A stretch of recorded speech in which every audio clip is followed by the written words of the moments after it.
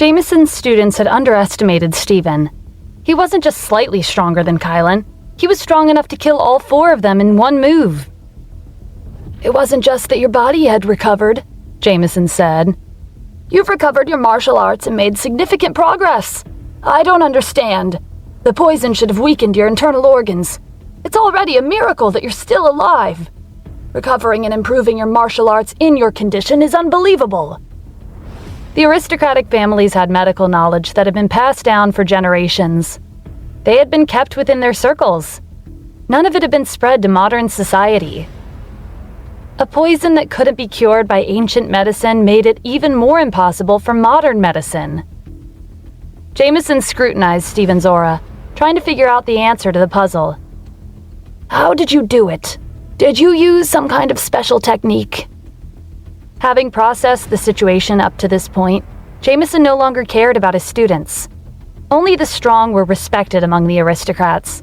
He'd reached the peak of the martial grandmaster realm, and he'd bragged about his students.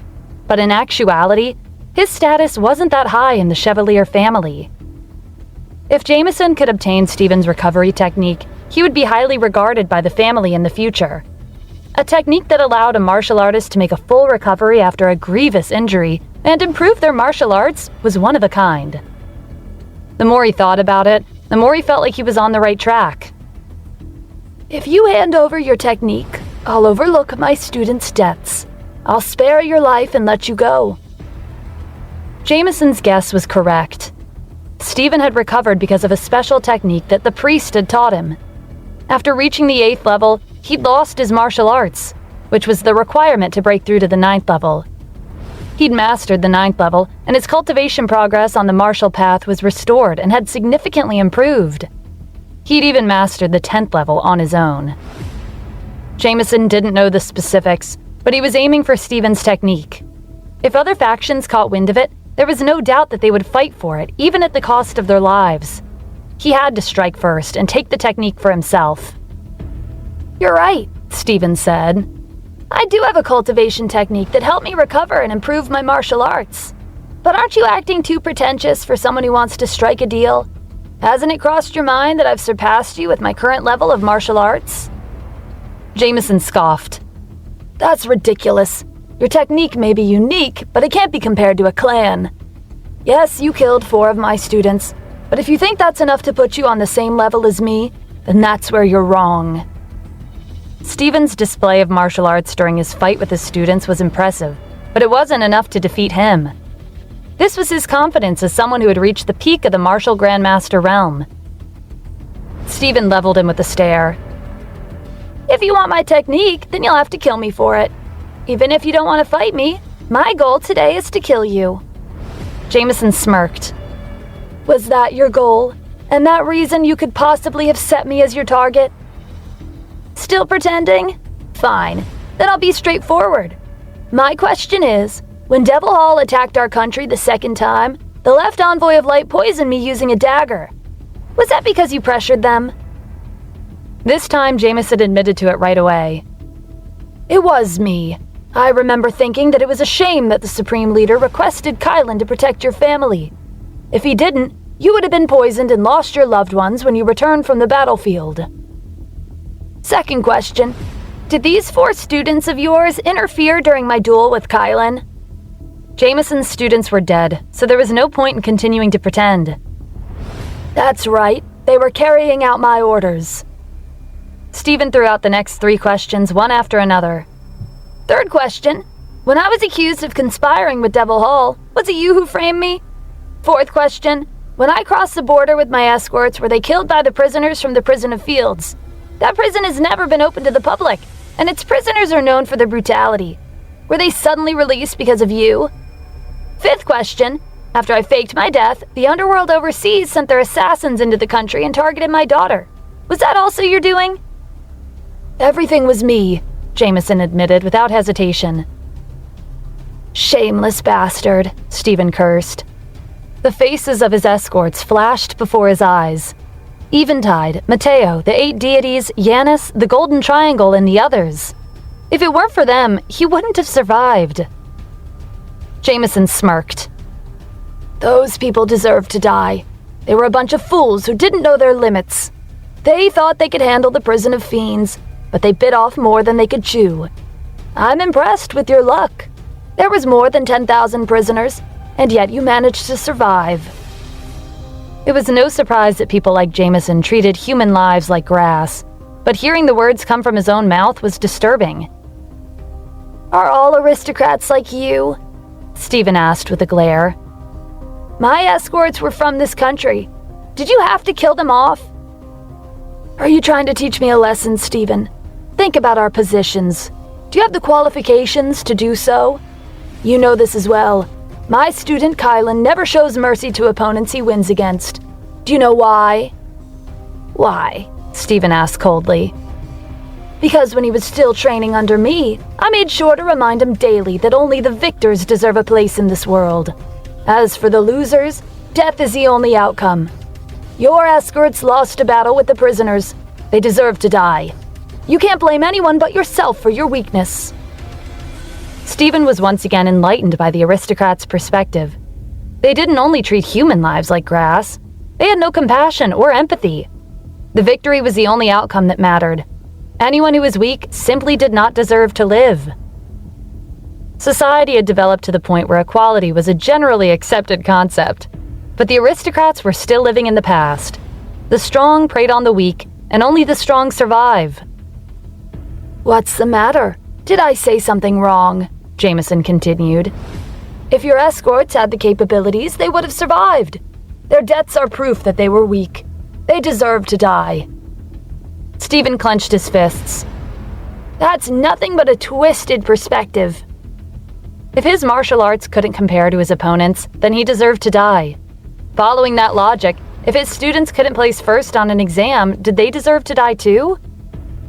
Jameson laughed wildly. Twisted perspective. It's the law of the jungle in our world. The weak are filtered out, and only the strong can survive until the end. Take a good look at your situation. It's because of me that you were poisoned. I plotted against you and caused the death of your escorts. But so what? What can you do to me? If you have the capability, then take my life and avenge them. The only question is, do you have what it takes? The aristocrats relied on their martial arts. It was their primary source of strength and a sign of respect. They had been living in seclusion for centuries, and their customs were outdated and out of place with modern society. But that wasn't an issue, because their martial arts had far surpassed technology of modern society. There was no lack of grandmasters, and there were many who were at the peak of the martial grandmaster realm, like Jameson. The laws of modern society would not be able to restrain them. A dark look passed over Stephen's face.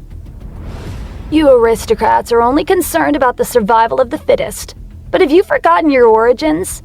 All of you are citizens of the United States. How could you conspire with the enemy and harm your own people? Jameson shot him a look of disdain. We're not comrades, Stephen. I said this much, but you didn't understand a word. The strong prey on the weak, and they're the only ones who have a place in the world. It's as simple as that. Whoever gets in my way deserves to die. Our nationality and origins mean nothing. You scum, Stephen gritted out. You're a waste of space living in our country's territory. I'll enforce justice on behalf of the people and avenge all those who sacrifice their lives for me. You want to kill me? Keep dreaming. I'll give you one more chance. Hand over the technique and I'll spare your life. If not, then this will be your grave. Stephen had killed 4 of his strongest students in one move, but Jameson didn't think he had the ability to defeat him. He'd reached the peak of the Grandmaster realm. His progress couldn't be considered a powerhouse among the aristocrats, but it was an incredible feat in the outside world. The number of outsiders who had reached this realm could probably be counted on one hand. From what Jameson had seen of Stephen's martial arts, he was at most at the peak of the Grandmaster realm. He had yet to advance to the martial Grandmaster realm. Prepare yourself. Those will be your last words. Stephen unleashed his inner energy. A gust of wind tore through the hall. Chairs, tables, and other furnishings were swept into the air and sent crashing to the wall, shattering to pieces with an incessant bang. His figure blurred as he rushed towards Jameson at lightning speed. Jameson was at the peak of the martial Grandmaster realm, so his reaction time was fast. He thrust out his palms, blocking Stephen's punch that held the weight of a mountain. An explosive sound rang out at the collision. The floor below Jameson's feet cracked like the beginning of an earthquake. It spread across the hall. Jameson retracted his hand and held it behind his back, trying to shake off the tingling sensation out of view. How was Stephen so strong? More than 1,000 of my people died because of your scheme. Today, I'll avenge each and every one of them, one by one. The first punch was for Eventide. The second punch will be for Mateo. Before Jameson could react, Stephen had already closed the distance between them and swung his fist. Jameson threw out his arms to cover himself. It wasn't enough. Stephen sent him crashing to the floor. Before he could regain his bearings, the third attack was upon him. Stephen watched as Jameson tried to climb out of the hole between the floorboards. What's wrong? Is this all you've got? This is only the beginning. Just as Jameson opened his mouth to speak, Stephen threw out his fist to avenge his fourth escort. He didn't stop until he avenged the last person who had died for him. Jameson didn't have an opportunity to rest. The so-called powerful aristocrat had been killed violently, just like that. Laurel witnessed the entire scene from the corner, shaking uncontrollably.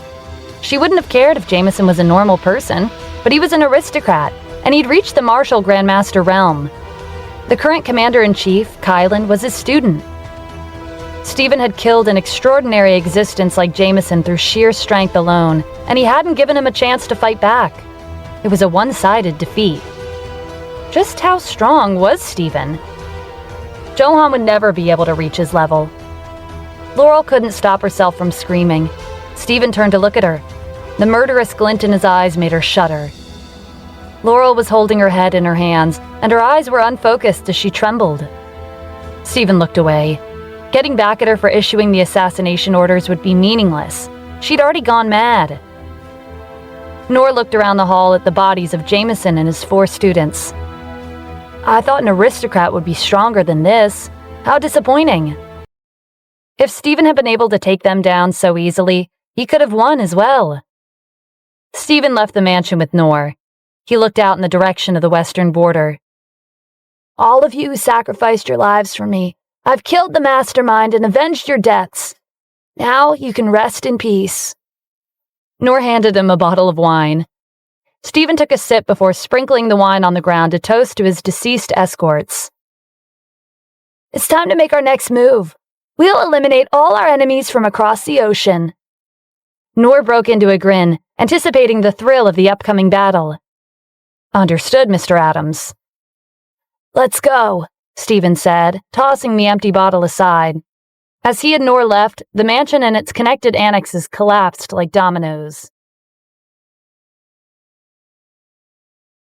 As for whether Laurel was alive or dead, Stephen didn't care. Strange, where did Laurel go? Terrence was sitting alone at the dining table. It was already 6:30 in the evening. He'd been waiting for Laurel to come home so they could have dinner together.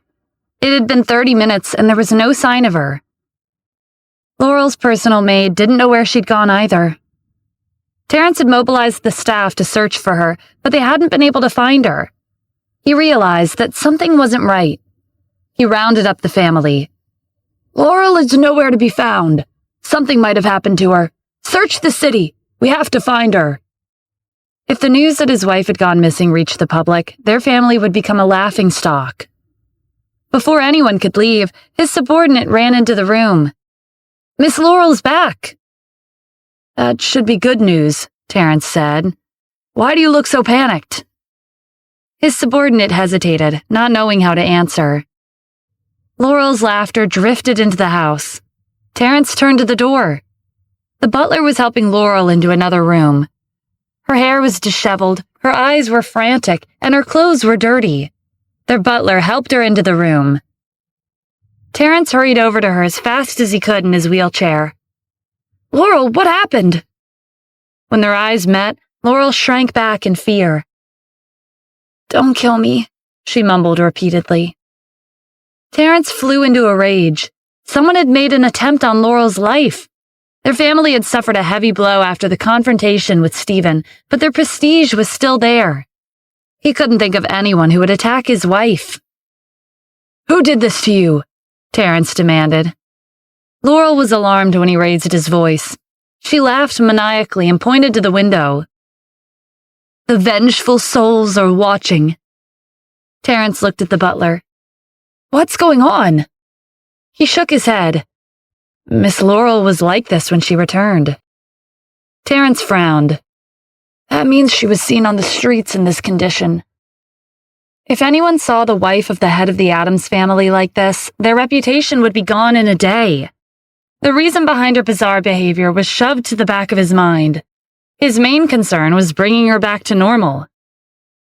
She's either possessed or in shock. Find a reputable shaman to come over and stop by the hospital and ask the best doctor to take a look at her. The butler left in a hurry to get it done. As soon as he left, Terrence's subordinate rushed over. We just received news that Derek Naylor has gone missing. Terrence was in disbelief. Dimitri, who used to be ranked first, had fallen off the rankings after being defeated by Dion. Tien, who used to be ranked second, had fallen to the bottom. He hadn't shown up in public ever since then. Therefore, Derek, who was ranked third, had taken over first place. Terrence's respect for Derek had grown since he discarded his facade as a humble gentleman. Derek had reminded him of himself back when he was younger. They were destined for big things. He was prepared to give Derek his full support. Johan, the previous successor of the Addams family, was no longer around, so their family's strength had been greatly reduced. To restore their former glory, he had to find someone else to take Johan's place. Derek was the ideal candidate, but now he'd gone missing, and Laurel had gone crazy. Things were getting stranger by the minute. The Cassidy family in Annapolis caught wind of Laurel's condition and Derek's disappearance. Keen hurried to find Urim. Laurel's gone crazy, and Derek's gone missing. What did you say? Urim asked, not sure if he heard him correctly. It wasn't until Keen repeated himself that he confirmed that he wasn't hearing things. This is unbelievable. What exactly happened? I don't know. Derek's been missing for a few days, and Laurel's out of her mind. Many passerbys witnessed her laughing and talking to herself on her way home. That's not all. The assassination order for Valeria has been cancelled, and the assassins who infiltrated the country have retreated. Urim heaved a sigh of relief. God bless Kim and her daughter. But don't you think it's a little strange for all these things to happen at once? Derek's disappearance, Laurel's madness, and the cancellation of the assassination order. There's a connection between them. Keen caught on to what Urim was trying to imply. Do you mean... Yes, it's highly likely that the Supreme Leader instructed the Leviathan unit to take action. Kylan cleared Stephen's name, and the 4 great generals organized a grand funeral for him. The leader couldn't sit back and do nothing when the former commander's daughter was targeted. What Terrence and the Cassidy family didn't know was that a few hours ago, Stephen had killed Jameson and his top 4 students. An outsider had killed 5 martial artists who had either reached the intermediate or peak of the Grandmaster realm. The world would be in an uproar if word got out. Theoretically, any aristocrat should be capable of taking down an outsider, including the strongest martial artists. The death of an aristocrat at the hands of an outsider was inconceivable, but Stephen had accomplished this feat with relative ease. News of Derek's disappearance and Laurel's madness spread to Kylan and his students. It had become the new hot topic of the city, but Kylan didn't care. His only concern was Jameson. The more he tried to ignore it, the more he couldn't stop thinking about it. Jameson hadn't set foot outside just to congratulate him. After he left the mansion, Kylan asked Raksha to investigate his whereabouts. Do you know where he went?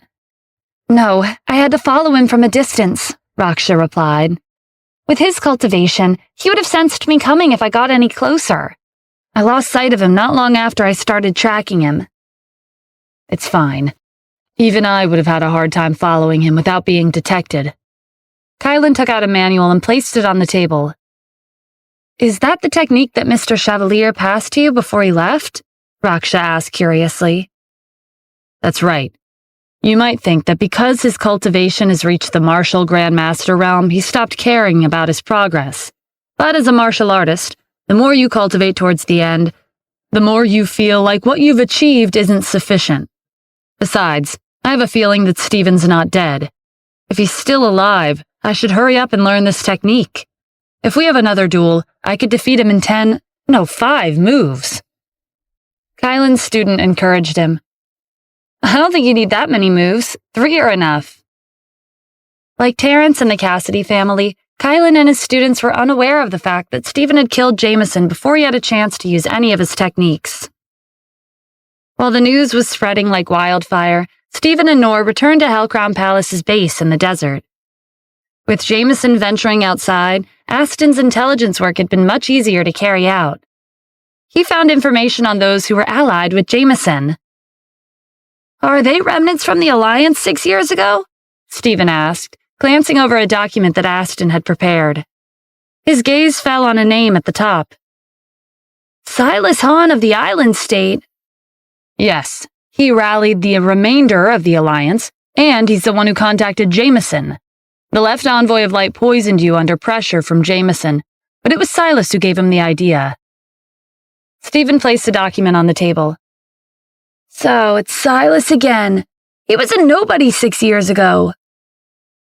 Nobody could have predicted that an ordinary subordinate would become the instigator of a storm 6 years later, Aston said.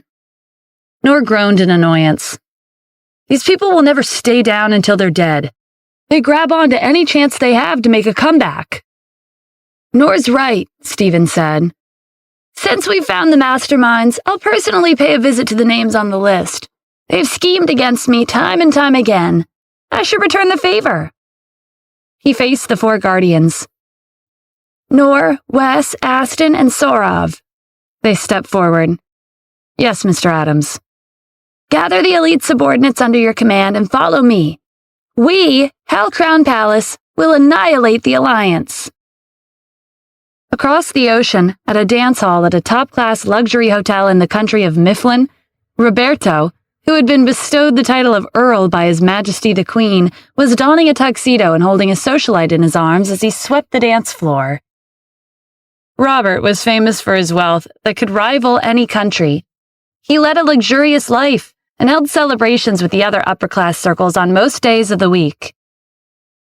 At that moment, several ear-piercing gunshots interrupted the harmonious atmosphere at the ball. A group dressed in uniform, armed with AK-47s, had fired at the ceiling. The entire ball was in chaos. The guests ran to the exit, rushing to make their escape. Among the chaos, the leader of the group in uniform walked straight towards Robert. Count Robert, do you recognize me? Robert's eyes widened in recognition. It's you? The man smiled. That's right, it's me. On that same day, an explosive piece of news swept across the country of Mifflin. Count Robert had gone missing. The Queen had sent out her agents to investigate, but they'd found nothing. At a famous boxing club located in a country next to Mifflin, a world-renowned boxing champion, Franklin, was surrounded by a group in uniform. You're still alive? Franklin asked, stunned to see the man in the lead. Yes, Mr. Franklin. Are you disappointed that I'm not dead? I heard you were injured. It doesn't matter if you're still alive. Franklin looked past Stephen at the rest of his group in uniform. We're both martial artists. Don't you think it's a bit underhanded to bring so many people with you armed with modern warfare? If you're afraid of death, just say so. Don't run your mouth and waste my time. And, even if I am injured, who said I couldn't kill you? Stephen's fist slammed into Frankie's face. Blood splattered on the floor of the boxing ring. 1 hour later, the boxing champion Franklin was discovered to have died in his own boxing club. Meanwhile, Stephen had moved on to the next country. Their next destination was the Oceanic Kingdom. It was located in the middle of the ocean and was made of hundreds of islands. A majority of the islands belonged to Lord Holman. He had a private fleet of 20 warships and more than 10,000 troops. He was in control of a third of the power and wealth of the kingdom. Even the king had to treat him with respect. Holman was just as shocked as Roberto and Franklin when he saw Stephen. But as an experienced maritime warlord, he wasn't easy to startle. He was much calmer than the previous two higher-ups of the Alliance. I don't know how you're still alive, but coming here instead of going into hiding was the wrong move. I admire your courage, but this is where it ends. Holman clapped his hands. His subordinates rushed out and aimed their guns at Stephen and his group. One word from me, and you and your companions will be turned into mincemeat. Is that so? Stephen asked with a smile. At that moment, Holman received a call. General, our warships left the port and are headed into international waters at high speed. All of them are sinking. Holman turned pale. His confidence had stemmed from his warships. He scowled at Stephen. Were you behind this? My warships are gone, but all of you will be sinking to the depths of the ocean with me. Gunshots rang out. Holman's subordinates collapsed. You want me to die with you? Stephen said, turning away. Maybe in your next life. You and this warship can go to hell. Another series of gunshots were fired, turning Holman into a sieve. Who should I visit next?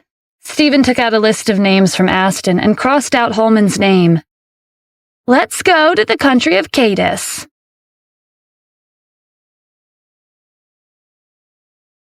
In just one day, news of Roberto's, Franklin's, and Holman's deaths swept the world. Neither of them had a good reputation, but they were authoritative figures, and their security was top-notch. Other authoritative figures around the world grew anxious. For example, the major tycoon from the country of Cadis, Jinda. He was in his office on the 33rd floor of his company, tapping his fingers contemplatively on the desk. Roberto, Franklin, and Holman? Who will be the next target? The three of them were from different countries, but they all had something in common. They were part of the Alliance led by Silas. 6 years ago, after the Alliance failed to take over the United States, Jinda and the others were ordinary people from their respective countries. Stephen and the four great generals had swept the battlefield, taking down a majority of the Alliance. With the fall of the big shots, the once inconspicuous citizens seized the opportunity and rose to power during the new regime. Jinda was also one of these inconspicuous individuals. He'd seized an upper management position after the war ended. Like the rest of the higher-ups who gained their position because their predecessor had been killed, he wanted a share of the profits. After all, greed was a part of human nature. Jinda had a strong sense of crisis. He picked up the phone on his desk and dialed his secretary's number. Contact the head of the underworld. Before he could finish, the door to his office flew open. A group in uniform barged in and stood on both sides of the door, making a path for their leader. A familiar face walked in. Director Jinda, are you calling someone? Unfortunately, you were one step too late. The head of the underworld has just left this world and joined the afterlife. It really was you, Stephen, Jinda said, collapsing into his chair. Yes, it's me. You should have predicted this day would come the moment you joined the Alliance and plotted against me. Jinda eyed the group behind him warily. What do you want? The country of Cadis was well protected. If they were able to barge into this place, they could have easily killed him and left. But Jinda didn't want to die yet. It had only been 6 years since he took on this position. It wasn't enough. Of course, I'm here to kill you, Stephen said coldly. Jinda's composure was shaken.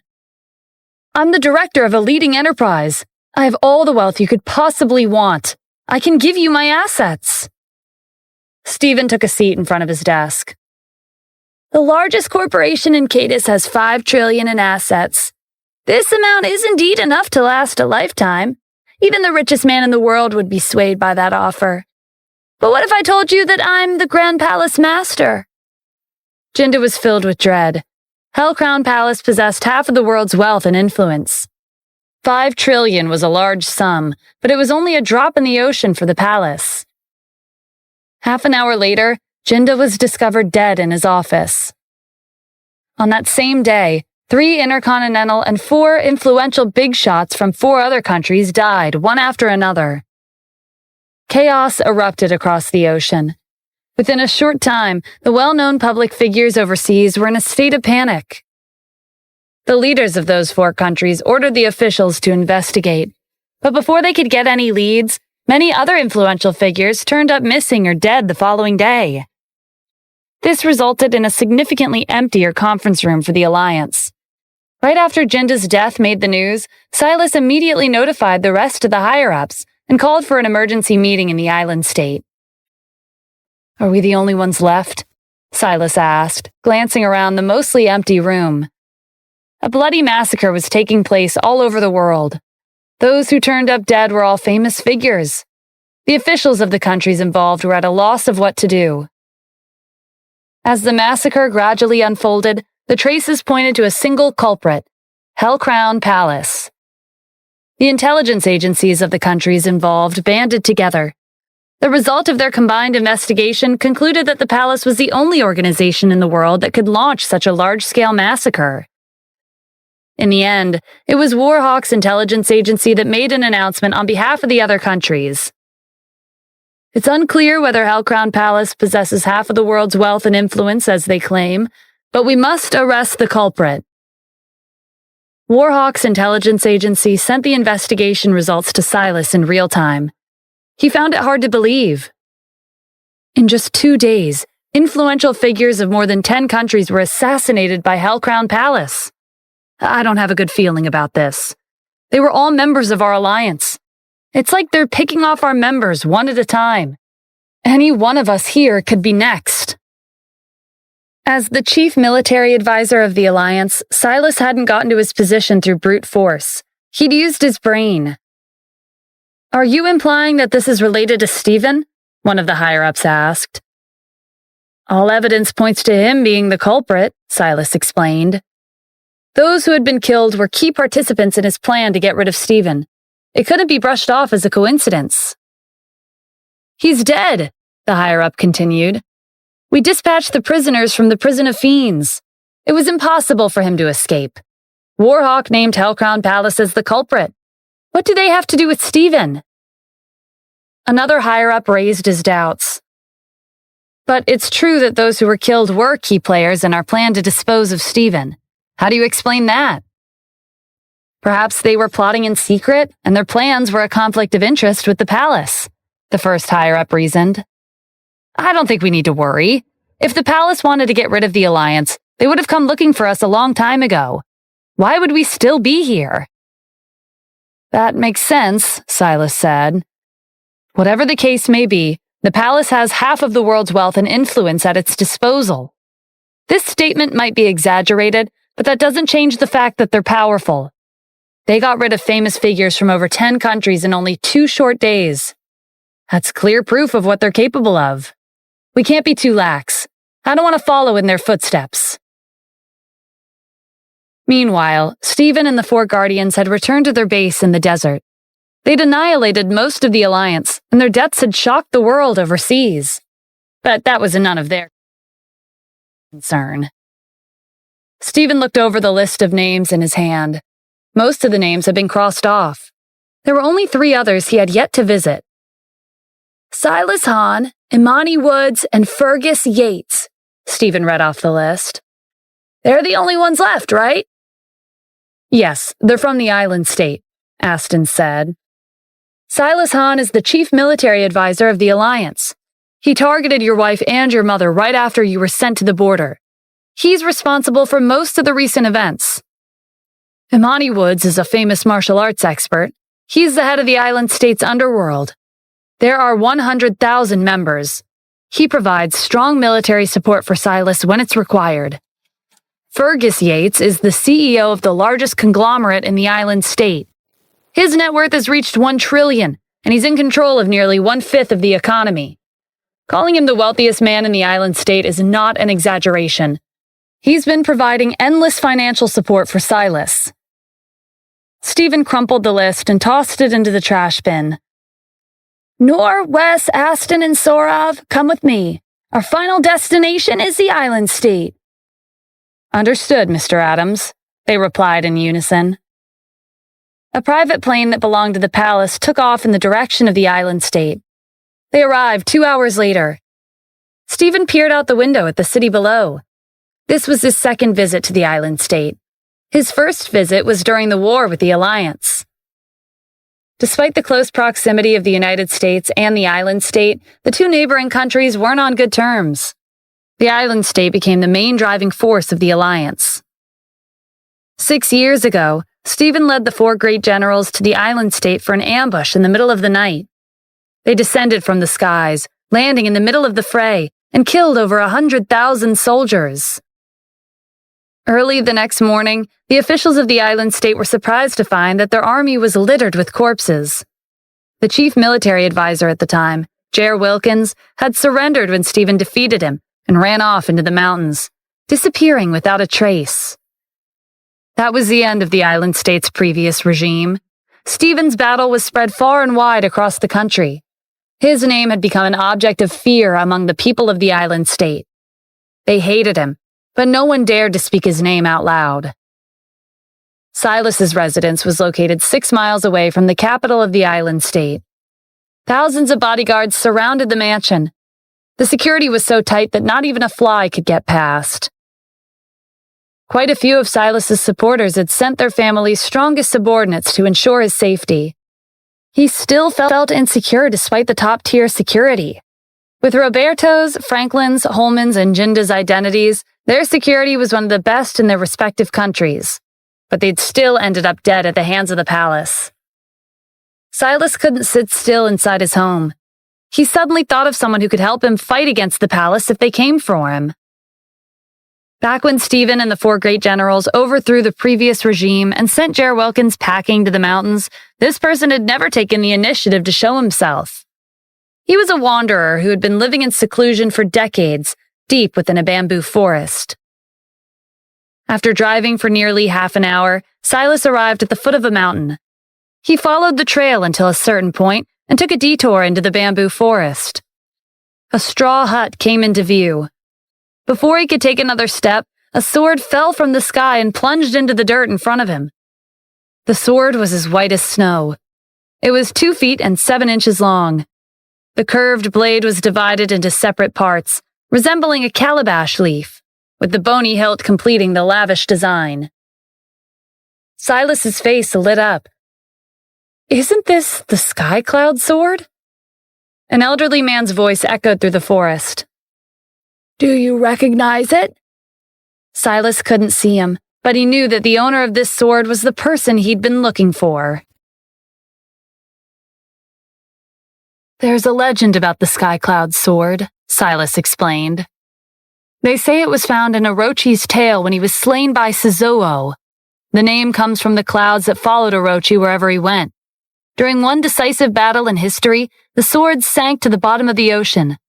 I never thought I'd get to see the divine sword with my own eyes." "It seems you're not ignorant," the elderly voice called out, sounding satisfied with his knowledge. Silas grinned. The trip wasn't in vain. He'd gotten his approval. "What brings you here?" the voice asked. "Mr. Farron, please end your seclusion and defend our country's prosperity." The elderly man who lived in the straw hut was known as Farron, the wanderer of the bamboo forest. He was a martial arts legend of the island state. 30 years ago, he defeated the famed martial artists of the country with a wooden sword. After that, he set sail on a small boat with only his sword as a companion and crossed the ocean to Cadiz.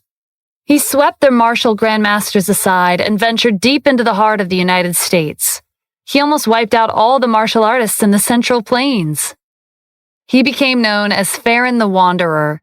His name spread across the country. At the peak of his career, he retreated in a hurry and returned to the island state where he would live in seclusion in the bamboo forest below the mountain for the next 3 decades. Farron never left the forest, even when the island state's previous regime was destroyed 6 years ago. "You want me to leave the mountain?" Farron's voice turned a darker tone. "If you knew where to find me, then you should also be aware of my rules. I haven't left the forest for 30 years. Are you telling me to break my own rules for you?" The forest shook with every word as if responding to his booming voice. Silas was knowledgeable, but as a master swordsman, Farron had experienced many things in his life and bore witness to just as much. He knew why Silas was here. Silas quickly tried to appease him. Mr. Farron, please calm down. I'm nobody special. I wouldn't dare to ask you to protect me. But please listen to what I have to say. Go ahead, I'm listening. But if you can't convince me, then you and the people behind you won't live to see the sunrise tomorrow. Among Silas's followers, there was no lack of partial grandmasters. He'd even brought along a few grandmasters. However, none of them would be a match for Farron.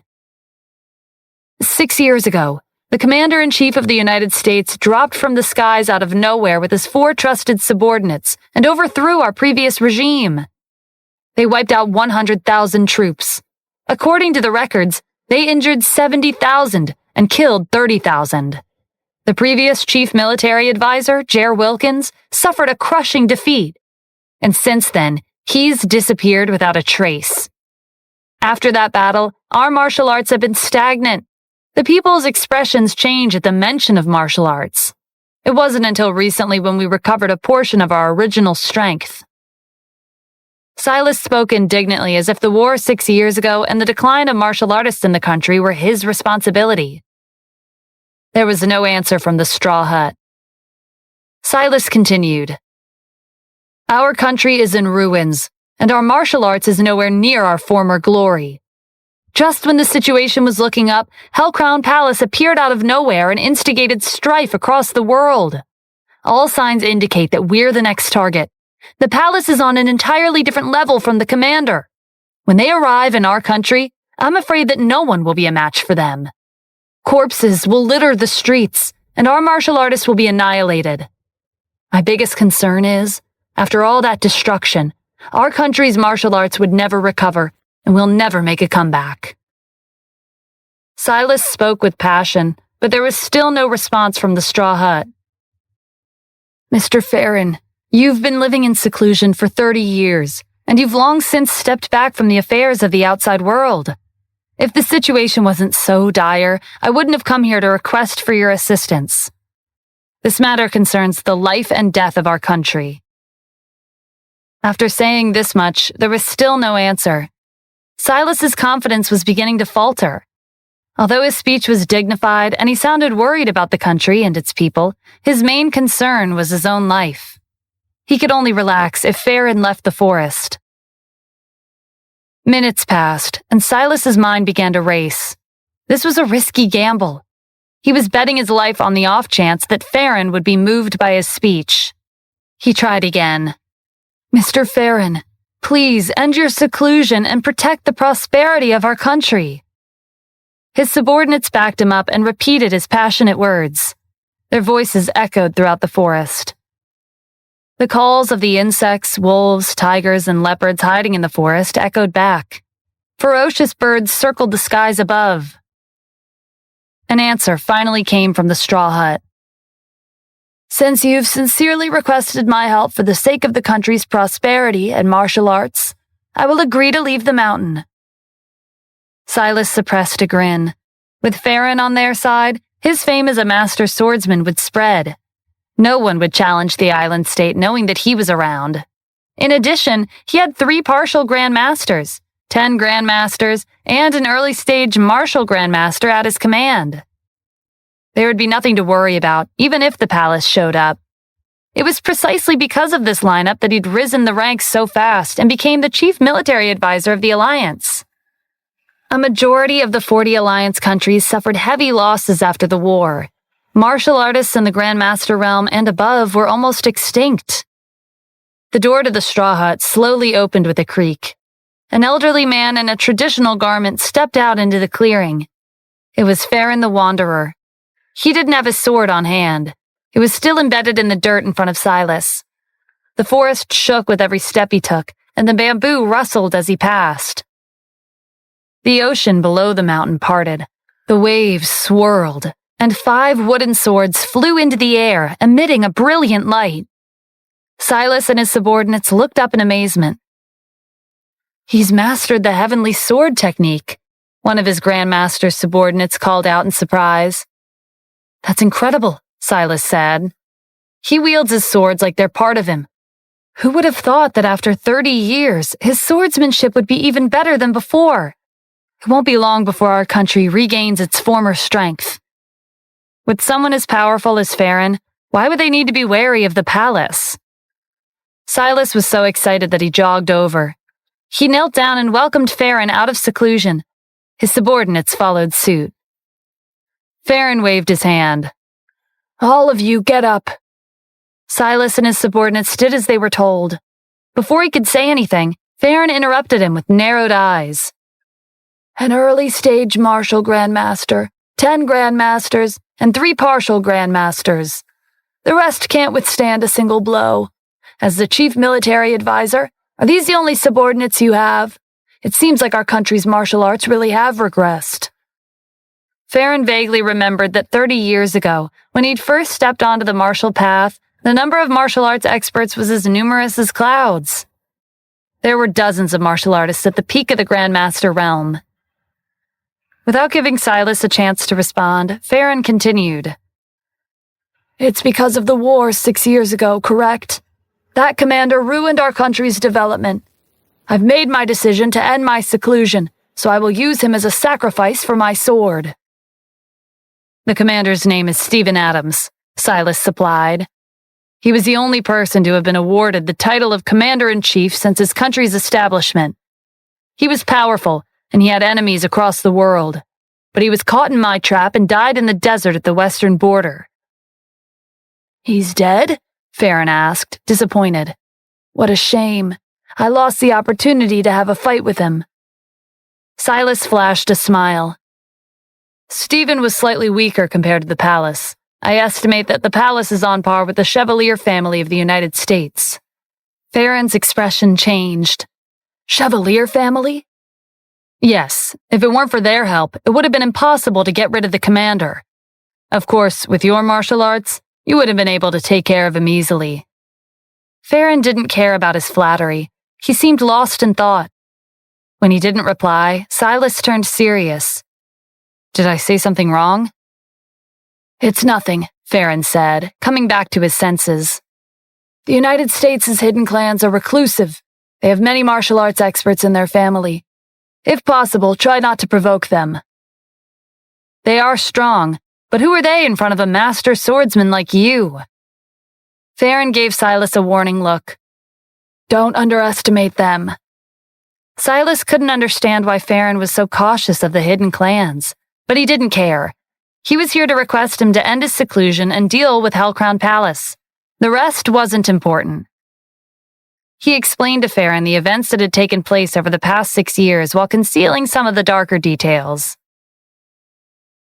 "So much happened in such a short time. If I stepped in during the war, that commander wouldn't have been able to act so impudently. But he's dead, so there's no point in discussing him any further. However, the appearance of Hellcrown Palace is similar to the sudden rise of the commander back then. Judging from the palace's recent actions, it seems like they're taking revenge for him." Silas nodded. "That did cross my mind, but I couldn't find any connection between the palace and Stephen, so their motive remains unclear." "In this world, nothing is impossible," Farron said solemnly.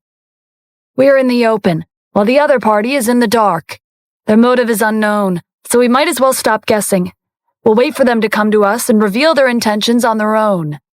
By the way, you mentioned that Imani Woods and Fergus Yates helped you take down the commander. Where are they?" If it weren't for Imani and Fergus, Silas's plan to eliminate Stephen wouldn't have progressed so smoothly. Their safety was just as important as his own. Silas had forgotten about them until Farron brought them up. He became worried. "Fergus will be fine. He's a tycoon, so he has the protection of a Grandmaster. But Imani is a karate expert, and he's reached the Grandmaster realm. I've reminded him multiple times to increase his security, but he thinks nothing of my warning. He doesn't take the palace seriously. He even declared that he wants to fight the Northern Guardian of Hellcrown Palace, who's known for his martial arts." Farron was much calmer than Silas. "Imani is from a famous martial arts faction, and he's been ahead of his peers since a young age. He has a right to be arrogant. If I were him, I would have also been conceited. But arrogance can lead to a great loss." Silas sighed in exasperation. I tried to persuade him. Forget it. He and Fergus can do whatever they want. He couldn't be bothered with them anymore. It would be enough if he alone were to survive. The island state was small, but there were many talented candidates. If Imani and Fergus were killed by the palace, it wouldn't be difficult to find 2 others to replace them.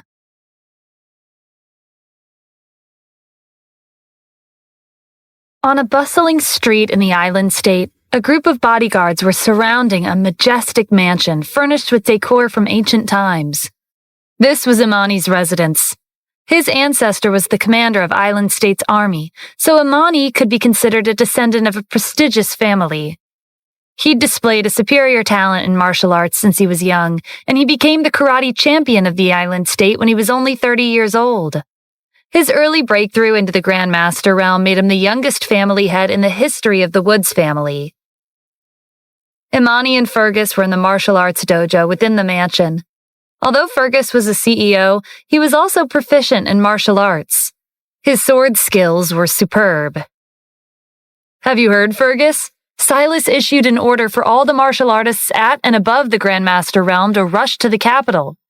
On the surface, they're a precaution in case the palace attacks, but in reality, he wants them to act as his personal bodyguards. In my opinion, he's overly nervous for no reason. I do think that the palace is a threat, Fergus said. But isn't he going overboard? What's even more ridiculous is that he went to the mountains to find the master swordsman, Farron. Our country's martial arts have been in decline since we lost the war, but Farron has never once taken action. If he didn't leave his seclusion all this time, why would he step in for the palace? If Silas were here and heard their conversation, he would have given them a fierce scolding. Imani unsheathed his sword. As Silas's influence expands, his courage shrinks. This is the island state, our territory. I don't believe the palace will trespass. It's better if they come. Didn't you say you wanted to deal with them yourself? Imani grinned. You're right. I've ordered the security team to keep an eye on the ocean. If they spot the palace's ships, they'll stand by and let them come to shore. Once they set foot on our land, I'll wipe them out. Although, that was a while ago. There hasn't been an update from security. Judging from the pace the palace was going at, if they were coming for us, they would have been here already. Did something hold them up? The island state was surrounded by the ocean. The only way to arrive safely and avoid premature detection would be by boat. What if they're coming here by plane? Fergus suggested. That is a possibility, but it would be a long journey. Even Warhawk wouldn't come here by plane. That's true. They both concluded that the palace would not be getting here by plane.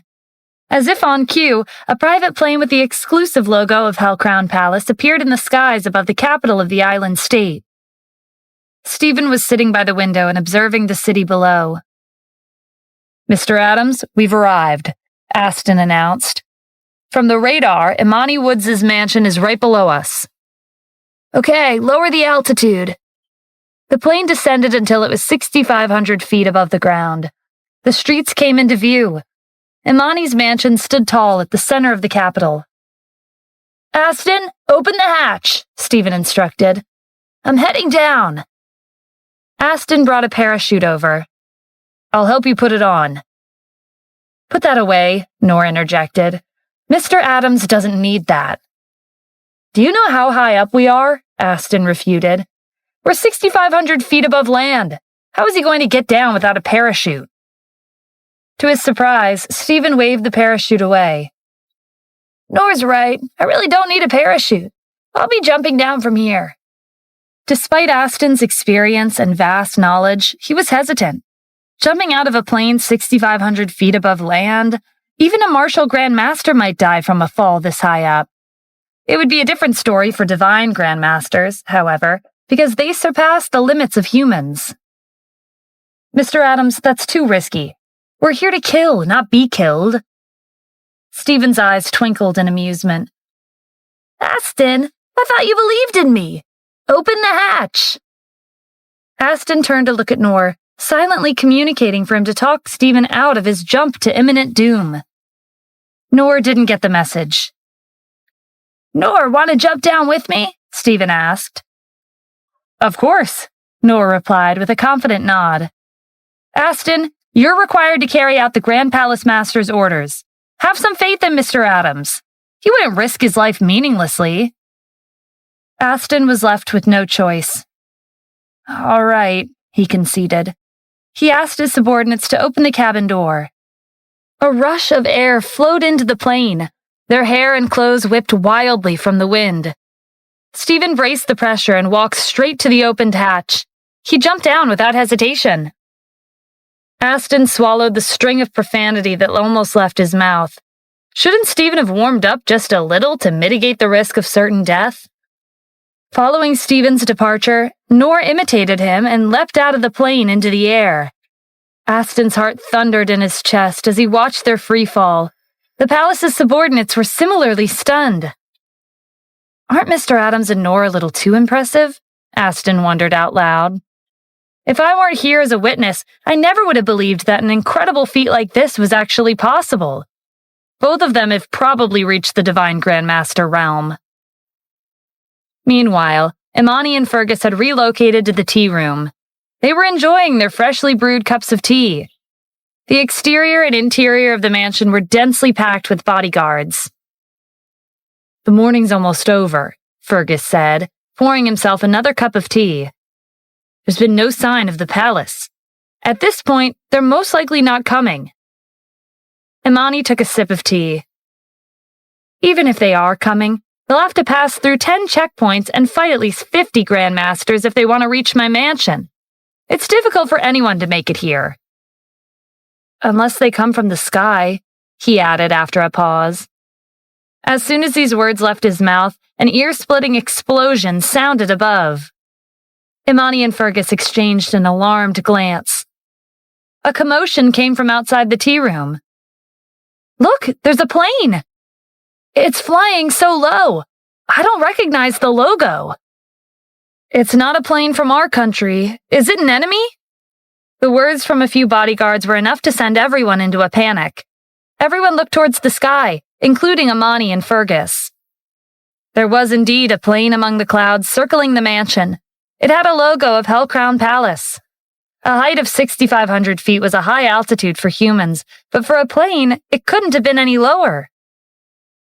"Did the palace really come here by plane?" Imani asked in disbelief. "Look at the logo," Fergus pointed out. "It's a dragon with a crown. Planes from the island state don't have that logo. It's obvious that they're telling us they're from the palace." "They really don't take ordinary paths." Fergus leaned closer to the window to get a better look. "Wait, what's happening?" Two figures emerged from the clouds and were careening towards the ground below. Imani stood up and pulled his sword out of its sheath. He called out, "Everyone, get ready! Members of the palace are headed this way! They're jumping off the plane!" Following his command, all the bodyguards drew their swords. "The opportunity to take down the palace is here. They've made a big mistake choosing to trespass on our territory by plane. Once they land, all that awaits them is hell." In Imani's opinion, jumping off a plane right above his mansion was a very stupid thing to do. Their free fall would be halted once they opened their parachutes. His people would take action once they were within reach and take them down. As Imani and Fergus prepared themselves for battle, the two figures came into view. They were plummeting at high speed, leaving 2 cloud trails behind them. As they approached, waves of air currents swept past, causing the bodyguards' ears to ring. Fergus glanced down at his watch. "This is unbelievable. The speed at which they're falling has exceeded the speed of sound." Imani frowned. Reaching the speed of sound was theoretically impossible without external support. If someone could break these limits and move at a faster speed than sound, could they still be considered human? It was an astounding scene to witness, but it was far from the last. "They don't have parachutes on them," Fergus explained. Imani hurried to the window and looked outside. The two people from the palace were unarmed, and there was no sight of any protective gear on them. "Is the palace crazy? They're at least 6,500 feet in the air. How could they jump down without a parachute? Even Farron wouldn't attempt something so daring. The closer Stephen and Noor got to the ground, the faster they fell. Cloud trails were left in their wake. As they fell, they pressed down on the friction in the air. They'd surpassed the sound barrier. The ringing in the bodyguards' ears grew louder, and they had to cover their ears to partially alleviate the shrill sound. The air currents intensified with Stephen and Noor's auras. Several bodyguards were knocked to the ground from the pressure. The inner energy in the air was enough to instill a sense of danger into the bodyguards. They had a bad premonition as the two figures came closer. One by one, they scrambled to get out of their way. As they were rushing to retreat from the courtyard, the two figures flashed in front of their eyes. An explosion rang out, followed by another, as if two missiles had struck the ground. Smoke and dust filled the air in an instant. Imani's mansion shook violently. But that wasn't the end. The floor beneath Imani and Fergus's feet cracked. Tiles fell through the ceiling. "We have to get out of here!"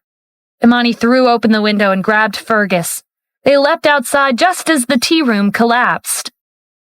Fergus glanced back in alarm, relieved that they had survived the disaster with a split second to spare. "That was close." Imani pointed to the empty space in the courtyard. "Look over there." The once well-maintained courtyard was now wrecked with two deep craters at the center. They didn't have time to be stunned before a rush of wind smacked them in the face. It was a shockwave from the impact of the landing. Stephen and Noor were at the center of the chaos. The bodyguards who were standing too close to the landing site were sent flying after being hit by the shockwave. The windows of Imani's mansion shattered, and the rooms were destroyed. The mansion, which had a history of over 1,000 years, was turned into a pile of rubble. Blood seeped between the debris. Numerous bodyguards had been tragically buried in the ruins. The destruction was comparable to an atomic bomb. The shockwaves didn't die down until exactly 30 minutes later. Gradually, the courtyard returned to its quiet serenity. The impact of Stephen and Noor's landing had caused significant damage to the mansion and its vicinity. A broken wall remained standing not too far away. Imani's head poked out from behind the wall where he'd taken cover. Another person crawled out. It was Fergus. Imani and Fergus looked around. Out of the 1,000 bodyguards, only 100 remained. Before fighting it out with the palace, they had already lost more than 2/3 of their manpower. Is this really happening? Terror flicked in Fergus's gaze as the nightmare stared back at him. Imani got to his feet. "Get it together. Those two from the palace jumped down from that high up without a parachute. I'm sure they've been flattened to the ground. Let's go check on them." He motioned for Fergus to follow him, taking the lead towards the two deep craters. Fergus and the remaining bodyguards followed him closely. They craned their necks over the first crater to see the bottom.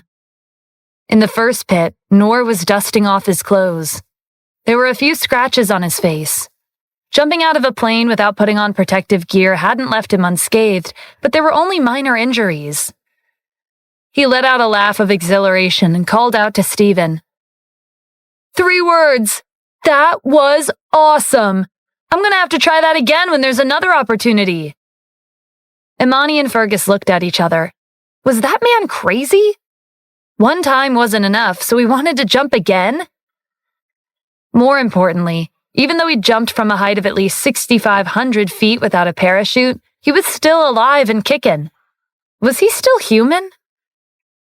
Imani stepped back and hurried to the second crater to check on the other person's condition. He had to wait a minute for the remaining smoke to dissipate before he had a clear view of the bottom of the pit. Stephen glanced around at the crater he'd created, intrigued by its depth. Imani and Fergus exchanged another look. Compared to the first person, this young man hadn't suffered a single injury. There wasn't even a speck of dust on his clothes. He couldn't possibly be human. Even a martial grandmaster would have to be careful when jumping down from a height of 6,500 feet without the assistance of a parachute. Just what kind of inhuman strength did these two possess? Stephen and Noor leapt out of the craters and landed in front of Imani and Fergus. They were still in shock, so they didn't recognize Stephen immediately. After a beat, Fergus was the first to snap out of it. He studied the face of the man on the left. Why did he look so familiar? Suddenly, it clicked, and all the color drained from Fergus's face. You're still alive? Imani recovered from his shock. The Commander-in-Chief, Stephen Adams? You're alive? He refused to believe it. Stephen had been forced out of the country after he was disabled from an injury. The prison of fiends, which had been sealed for decades, was unlocked, and the prisoners had come rushing out in full force. Imani was the main executor of Silas's plan. After he received news that Stephen had been killed in the desert, he repeatedly verified his death. But now, a dead person had made his reappearance. Stephen smiled at them. "Yeah, I'm alive. Sorry to disappoint you two." The bodyguards went wild. Their swords shook with how tightly they were gripping the hilts. "Is he really the commander?" They had been wondering about the extraordinary identity of the person who had survived without a scratch after jumping out of a plane over 6,000 feet in the air. The limitless bounds of martial arts cultivation were breathtaking. But all that admiration was thrown out the window the moment they realized that it was Stephen. Their hatred for Stephen could be traced back to 6 years ago when the Alliance attacked the United States. The war was led by the island state with Warhawks supporting them from behind. Their goal was to take over territory and divide it amongst themselves. The island state was limited in fertile land, and its prospects of developing and expanding weren't great. Therefore, they were very proactive in contacting the neighboring countries to form an alliance to attack the U.S. At that moment, Stephen appeared out of nowhere. To ensure the peace of his country, his first thought was to capture the leader before rounding up the bandits. He only brought the 4 great generals with him to the island state. The 5 of them alone defeated 100,000 of their troops. And, to make matters worse, the previous chief military advisor, Jer Wilkins, disappeared without a trace. Their regime was overthrown, and the development of their martial arts was forced to abruptly stop. The martial artists who did survive saw this battle as an insult. They aspired to one day kill Stephen with their own hands and wash away their country's shame. But because their martial arts declined after the war, there was no one who was strong enough to knock Stephen off his perch. The people of the island state were obsessive. Once they set their sights on a target, they wouldn't give it up until their ambition was realized. It didn't matter whether it would take 1 year, 10 years, or even 100 years. The island state had been preparing long before the war broke out 6 years ago. They had meticulously planned for several generations before finally instigating an invasion against the U.S. Although they lost in the end, the war had technically lasted for a total of 14 years. This was proof of how deep their obsession was. And that wasn't the end. In order to kill Stephen, Silas had formed a new alliance and prepared for 6 years. He conspired with Jameson and Devil Hall. He was willing to do anything to take Stephen down. When news of his death spread across the world, the entirety of the island state celebrated for 3 days. The hatred these people held for Stephen had penetrated deep into their bones. But now that Stephen was standing before them, alive and well, they were as silent as the cicadas in the winter. He'd even chosen to crash the party on the main island. "He has to be a ghost," one of the bodyguards shouted. "Even if he managed to survive, he's disabled. He would never come here." The island state had paid close attention to Stephen and Kylan's duel. None of them believed that Stephen, who had been grievously injured, would still be alive. Imani was a higher-up in the alliance, so he was quick to compose himself and analyze the situation calmly. No, he might really be alive. Judging from the timing of the palace's reappearance and their various operations, we did speculate that they were taking revenge for Stephen. Who would have thought that he was the one behind them? We assumed the palace didn't reveal themselves after Stephen's death because they were afraid of him, but they'd intentionally stayed hidden. Fergus was still trying to process the revelation. The palace was avenging Stephen? What is their connection? The connection between them is very simple, Imani replied. Hellcrown Palace belongs to Stephen. Fergus froze. It was hard to believe. But when he thought about the palace's seemingly random massacre, everything made sense. The most glaring proof was that Stephen would be capable of surviving after jumping out of a plane in the sky. Stephen gave them a nod of approval. As expected of the chief military advisor's right-hand man, your brain works really fast. I don't even need to spell it out for you. But it's too late. You two will die here today. After getting over his initial shock, Imani wasn't fazed, even though it had been confirmed that the young man in front of him was the commander-in-chief, who everyone thought was dead. We're not afraid of you, Stephen. Imani turned to face his bodyguards. This is the commander you've been dying to kill for the past 6 years. Brandish your weapons and finish the job. Whoever succeeds will become our country's hero.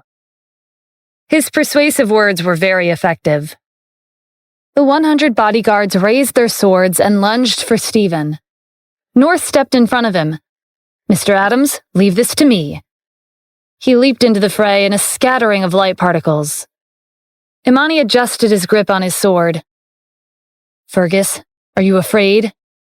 No. In that case, we'll be the ones to kill the commander, Imani declared confidently. This is a once-in-a-lifetime opportunity to make a name for ourselves. Fergus unsheathed his sword. All right, let's do it.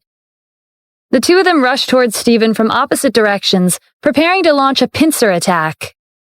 Stephen was surprised that they had both reached the Grandmaster realm.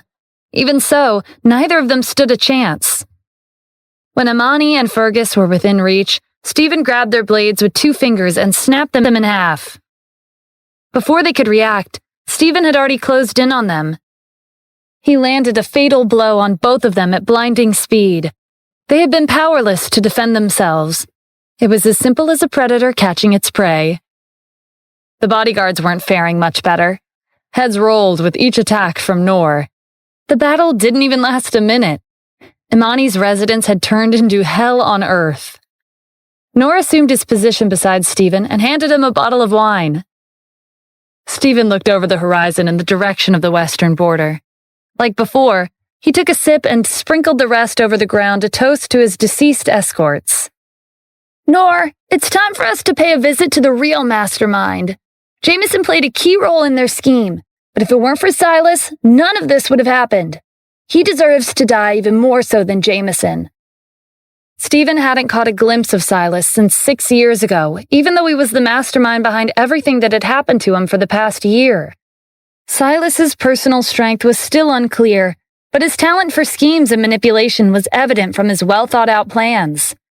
He hid in the shadows while making his underlings do the dirty work for him. Silas had risen up the ranks and become an influential figure in just 6 short years.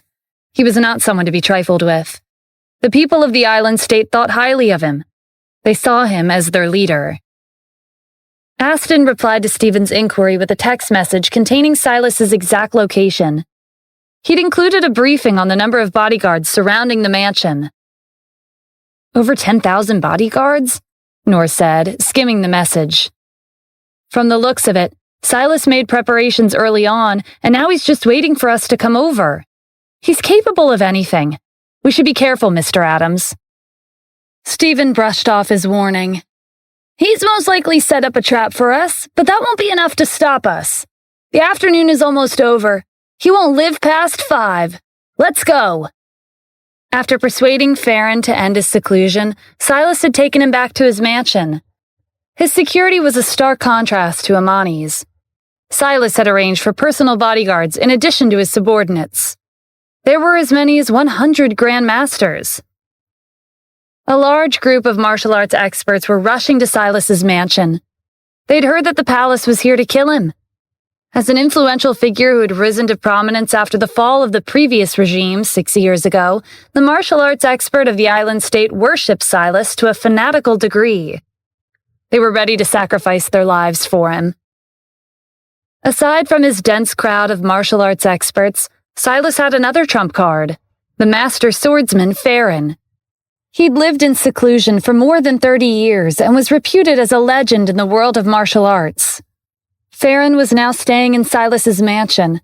He was sitting at the dining hall with the sky cloud sword on the table. Have Amani and Fergus replied? No, they haven't sent me an update, Silas answered. Aston and the others on the plane had placed a lockdown on the island state after Stephen and Noor caused a huge commotion in front of Amani's residence. Silas's spies had yet to receive any news of the incident. If I remember correctly, it's been a week since the palace made their last move, Farron said. If they're not here yet, then they probably won't be coming. Silas shook his head. Think about it this way. This is the calm before the storm. The calmer things are, the more catastrophic the palace's move will be. I have a feeling that they're already here. This is a golden opportunity for us to spread our influence. If we take down the palace, news of our strength will spread across the world. We'll return to our former glory from 30 years ago. You're right. Ever since I retired, our country's martial arts have been rapidly declining. I've let our ancestors down. Today, I'll turn the tide and raise the morale of our people. Let the palace come. It doesn't matter how many of them show up. All of them will die by my sword. Faster than the eye could see, Farron picked up his sword and slashed. The cabinet in the corner of the hall collapsed into a pile of wood. The cuts were incredibly clean. Silas hadn't seen a thing. He'd only heard the sword being unsheathed and sheathed a moment later. Your swordsmanship is amazing. The palace won't be a match for you.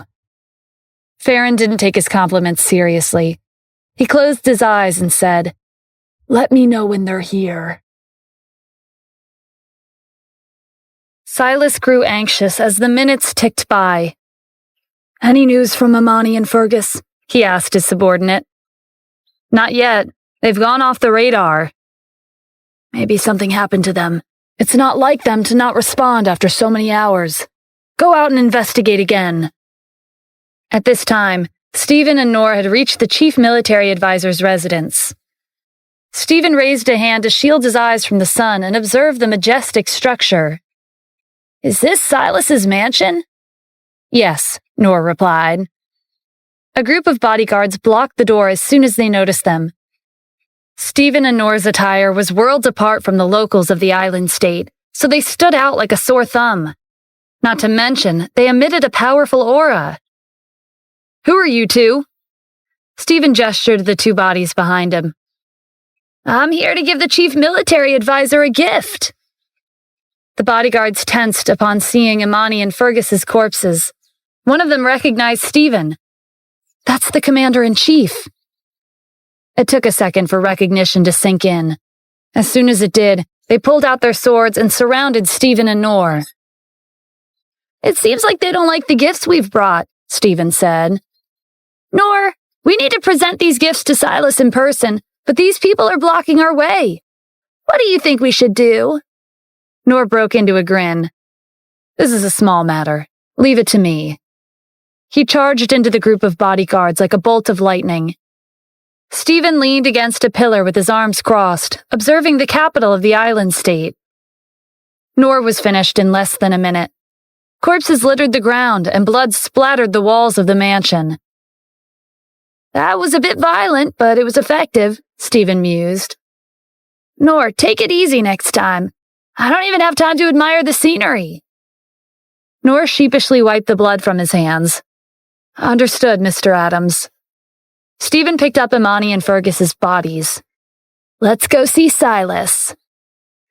Noor knocked on the stone door. This door weighs more than 2,000 pounds. Looks like Silas's top priority is his own life. A mere door can't stop me. Stephen kicked the door in one swift motion. It shattered, and pieces of stone flew in all directions. Let's go in. Inside the mansion, Silas was startled when the ground started shaking and he almost lost his balance. His bodyguards drew their weapons, keeping their eyes fixed on the entrance to the hall. Farron opened his eyes. A voice drifted into the hall. I have a gift for you. Take it. Two figures flew into the room. They were moving so fast that Silas couldn't see them clearly. His bodyguards reacted quickly and rushed to intercept the intruders. With a few slashes of their swords, the two figures were cut in half. Their dismembered bodies collapsed on the ground. Silas had a clear view of the intruders' identities. He was horrified when familiar, lifeless eyes stared back at him. It was Imani and Fergus. Aside from being grandmasters, both of them had their own set of bodyguards who had reached a similar realm. But it seemed like their top-grade security had failed them. "The palace is here," Silas said solemnly. Farron grabbed his sword in anticipation. Footsteps sounded outside the hall. Silas grew nervous as they approached. Soon, 2 figures appeared in the entrance of the hall. Silas and his bodyguards were astonished to see only 2 people from the palace.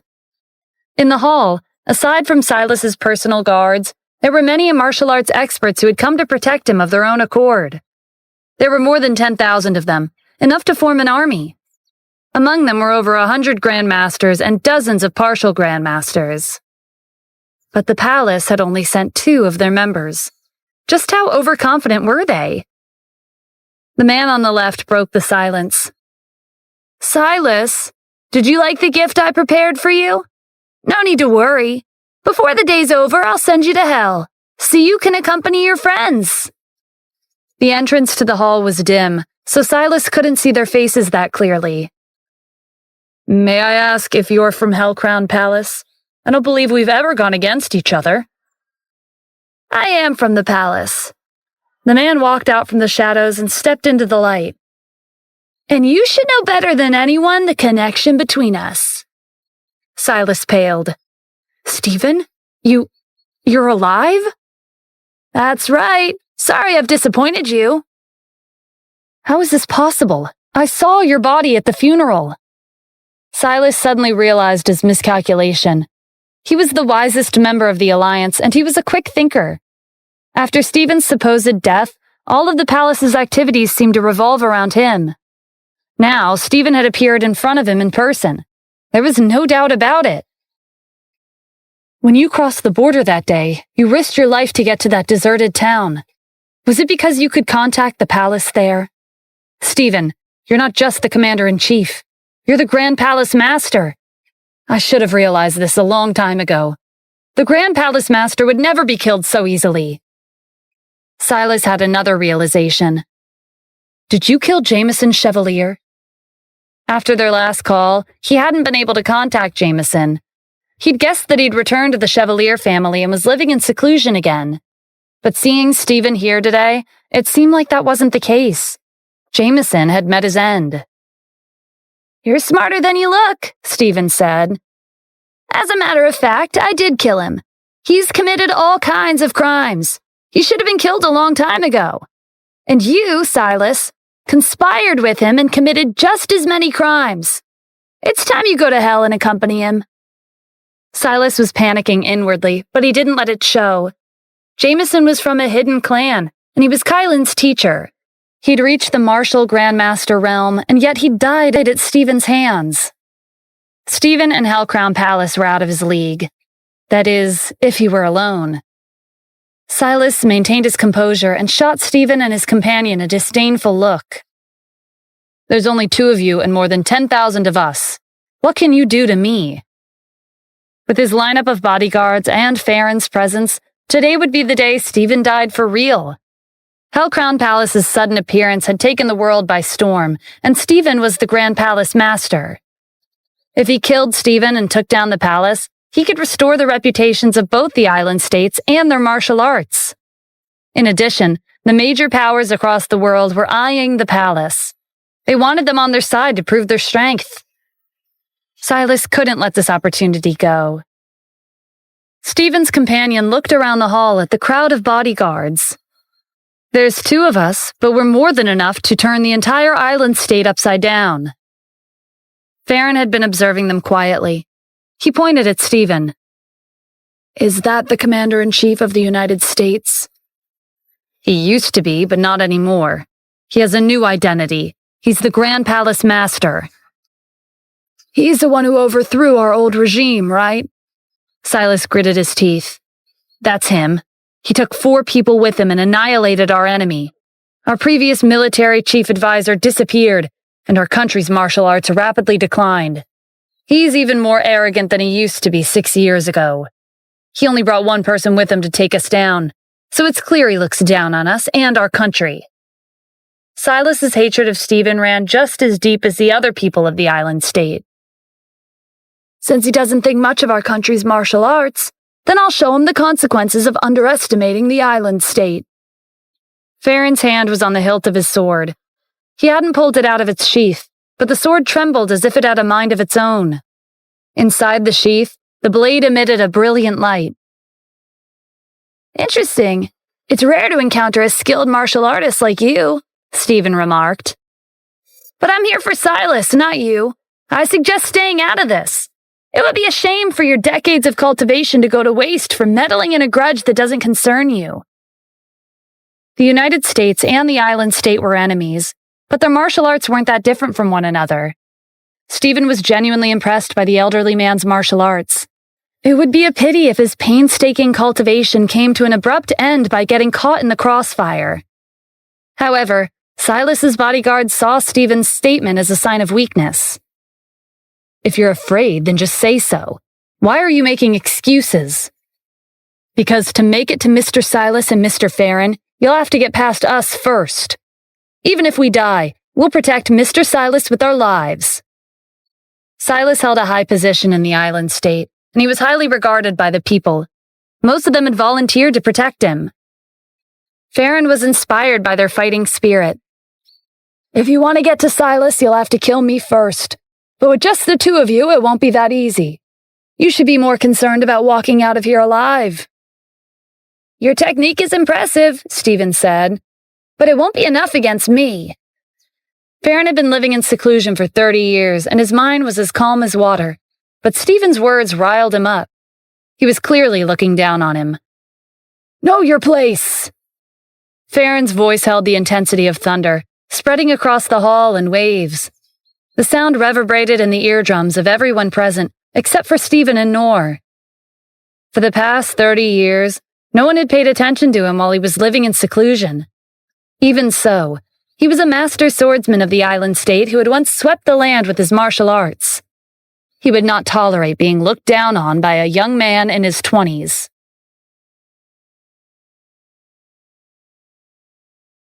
The pressure in the air bore down on Silas's bodyguards. Their bodies felt heavy from Farron's aura. I have to say, Stephen, Silas began, you're really lucky.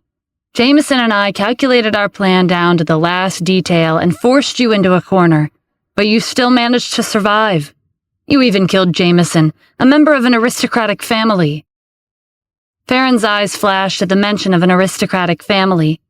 It wasn't a simple matter for an outsider to kill an aristocrat. What's more, he'd infused his energy into his voice, but it didn't seem to have any effect on Stephen and his companion. Even a grandmaster would find it difficult to handle. Don't think you've won, Silas continued. Our country's martial arts aren't the same as 6 years ago. We also have Mr. Farron, a master swordsman. You won't be able to come and go as you please like you did back then. Stephen raised a brow, glancing at Farron. A master swordsman? No wonder you're so strong. It's good that you're aware of the master swordsman reputation.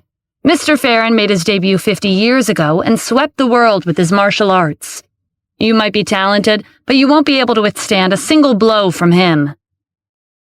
Silas was full of confidence with Farron on his side. His martial arts were incredible, and he was an undefeated legend. When he wreaked havoc on the Central Plains, Castile Adams had only just reached the Grandmaster realm. After Farron retreated, Castile broke through to the intermediate level. Even Jameson, a member of a hidden clan, wouldn't be able to gain the advantage in a fight against Farron. That's not enough to change my mind, Stephen said with a smile. My goal is to kill you, and it will happen. Silas laughed and beckoned him over with a finger. Then come, but you'll have to make it past my bodyguards alive before you get to me. Mr. Farron, please follow me to the Spirit Tower. We'll wait for the Grand Palace Master there. Farron hesitated before nodding. Silas let Farron to the back door and extended his hand in an inviting gesture, indicating for him to go first. As Farron stepped through the door, Silas looked over his shoulder. "Stephen, I'll wait for you at the tower. I hope you won't disappoint me." "Are you running away?" Just as Stephen was about to step forward, Silas's bodyguards blocked his path. They brandished their weapons and chattered loudly. "You'll have to get past us first. With us here, no one can lay a hand on Mr. Silas."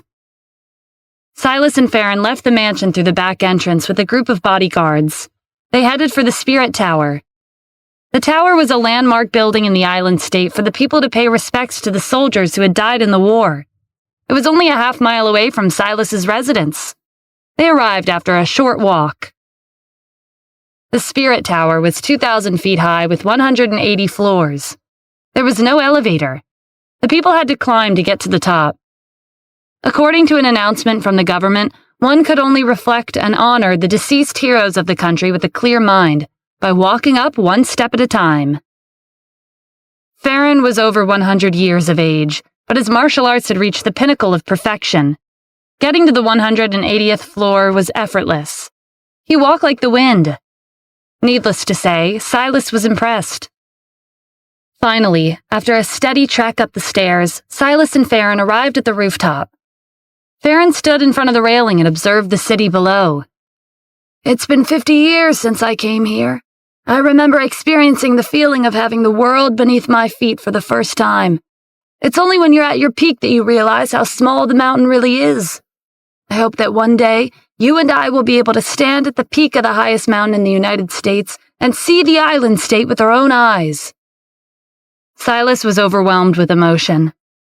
"With a master swordsman like you around, that day will come." Farron glanced at him. "Why did you bring me here? Did you think I wasn't strong enough to take down the Grand Palace Master?" "That's not it, Mr. Farron. With your cultivation, Stephen's no match for you. But he possesses heaven-defying luck. He's escaped death multiple times in the past and came back stronger than ever. I brought us here to ensure nothing goes wrong. The bodyguards I've left at the mansion will expend their energy, but that's not the only reason." "What's the other reason?" 6 years ago, Stephen killed many of our people, destroyed our former regime, and caused our martial arts to decline. Those who died by his hand won't be able to rest in peace until he's dead. If we kill him at the Spirit Tower, we can offer him as a tribute to the deceased heroes of our country." "Well said," Farron praised. "You're worthy of your position as the chief military advisor. You strive to revive the island state, and I admire your ambition." Silas enjoyed the compliment, but he maintained a humble attitude. "You flatter me. Stephen's death will benefit our country. He's the previous Commander-in-Chief of the United States, and he's the current Grand Palace Master. Both of his identities, whether past or present, are formidable. Taking him down will raise the morale of our people, erase their fear, and revive their passion for martial arts." Farron was moved by his speech. Even after 50 years of meditation, he could feel his blood boiling. He couldn't wait to fight Stephen. Silas squinted in the direction of his mansion. "However, the question of whether or not Stephen can make it here is still up in the air." Even if Stephen and his companion made it out of the mansion alive, the road to the tower was filled with martial arts experts. The two of them alone would be swept up in a tide and drown in the masses. "He was the Commander-in-Chief, so he should be able to make it here," Farron said. "If not, then he doesn't deserve the title of Grand Palace Master." He wasn't looking down on Silas's bodyguards, but he had sensed Stephen's aura back at the mansion. When one's martial arts reached a certain level, there was mutual pride among others in their league. At Silas's mansion, an endless wave of bodyguards filtered into the hall from outside, backing Stephen and Noor into a corner. The spacious hall became crowded in an instant. Many of them had experienced the war 6 years ago. The memory of Stephen killing their comrades was still vivid. They'd trained for years, dreaming of the day they would have the opportunity to kill them with their own hands. Their numbers kept increasing, showing no signs of slowing down even after reaching over 10,000. "Damn, they haven't been slacking for the past 6 years," Noor muttered in annoyance. "There's so many of them." Stephen chuckled. "Their numbers don't matter. What's important is that they're here to kill us. Noor, feel free to go all out. You have my permission." Roger that. Noor charged into the crowd, creating an opening in the dense mass. The bodyguards' confidence wavered at his strength. "It's my turn." Stephen strolled up to the crowd as if he was taking a stroll in the park. 2 bodyguards immediately blocked his path. "Anyone who gets in my way will be killed." He cracked his knuckles and threw out a punch, sending the bodyguard crashing into the crowd. They fell like dominoes from the force of the impact. The floor was covered with bodies, leaving no space to walk. Stephen stepped on them to advance. The bodyguards on the floor swung their swords, aiming for his legs. Stephen dodged their attacks as he pressed on, his pace steady and unfaltering. Another group of bodyguards rushed forward. They were partial grandmasters, and they were stronger than the first group. They infused their swords with their auras as they lined up in formation. They leaped at the same time, blocking out the light as they closed in on Stephen. The pressure of their momentum shattered the windows and cracked the ceiling. When their swords made contact with Stephen's body, it felt like they'd hit an iron wall. They stepped back and looked at each other in dismay. "It's been 6 long years," Stephen said coldly. "Is this all you're capable of?" He materialized his inner energy and casually picked up one of the many swords lying on the floor without physically touching it. He waved his hand, and the sword pierced a bodyguard about to strike behind him. The sword went straight through and struck the next bodyguard. It didn't stop until over 100 bodyguards were down.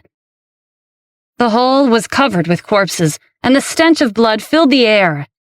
The gore reminded the bodyguards of the scene 6 years ago when Stephen and the 4 great generals wreaked havoc on their country.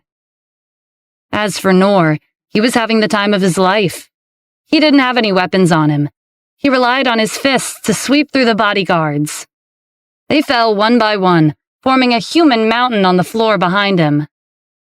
Noor laughed wildly as another bodyguard was added to the pile. It had been a long time since he had had this much fun. More than 10,000 of Silas's bodyguards were killed. Not a single one made it out alive. When Stephen and Noor walked out of the mansion, they left behind a bloody battlefield of corpses in their wake.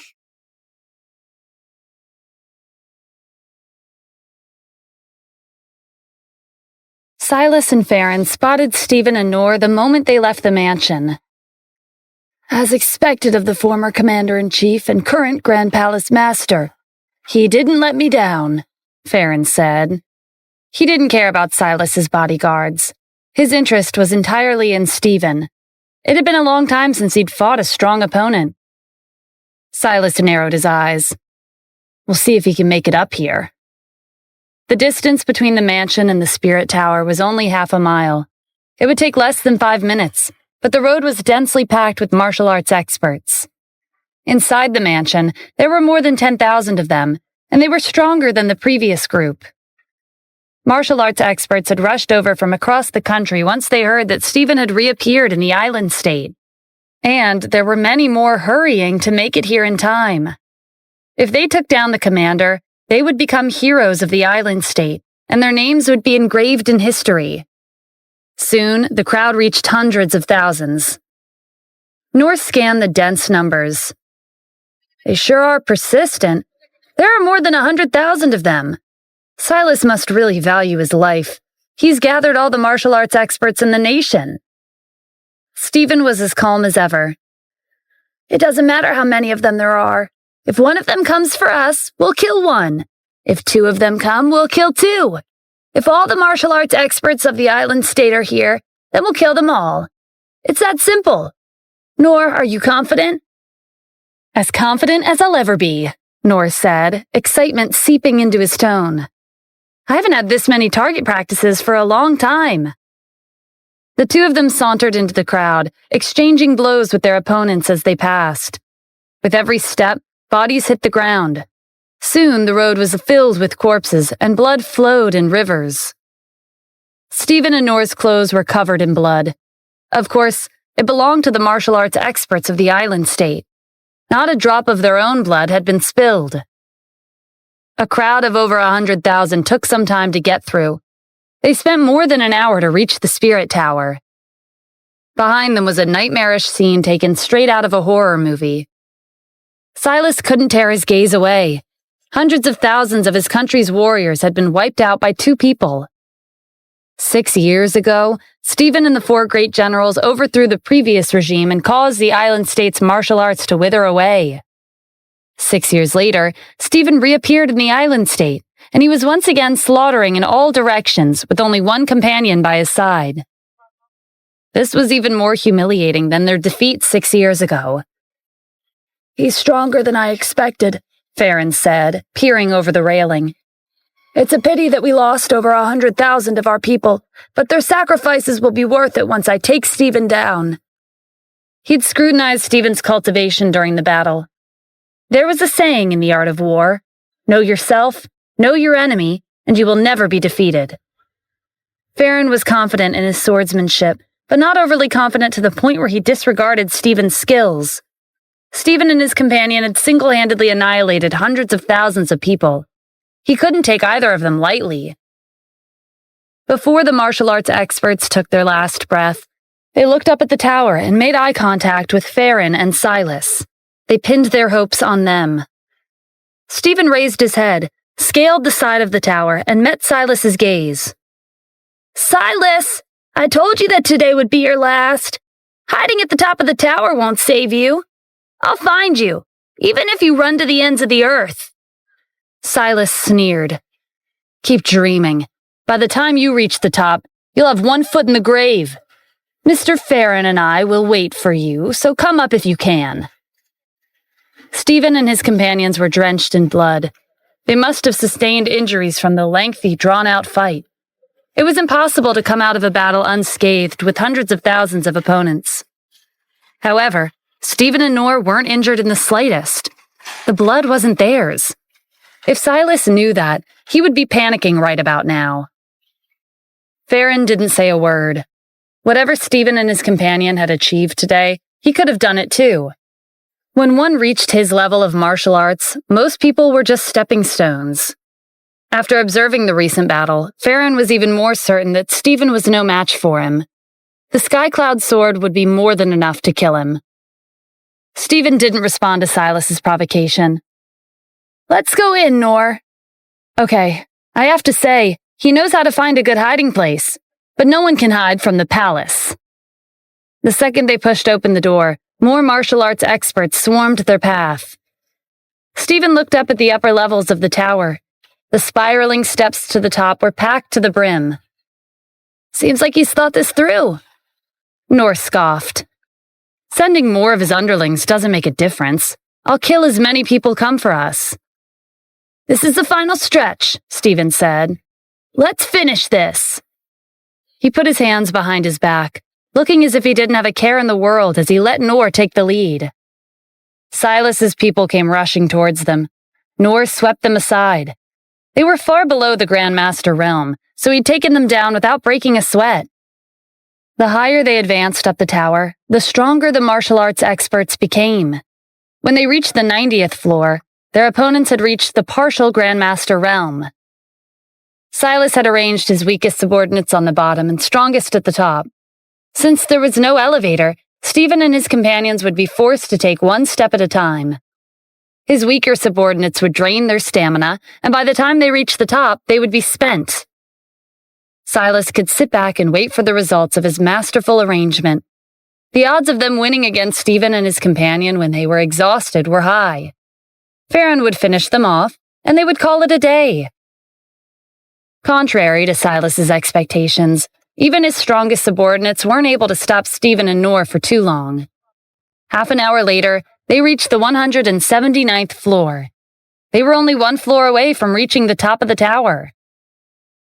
10 Grand Masters were waiting for them. Stephen looked up. He could sense 3 more people on the 180th floor. "They're Silas's trump cards. If these 10 underlings are his Grand Masters, then the 3 at the top floor are close to reaching the martial Grand Master realm." Noor cracked his knuckles. "Finally, a challenge.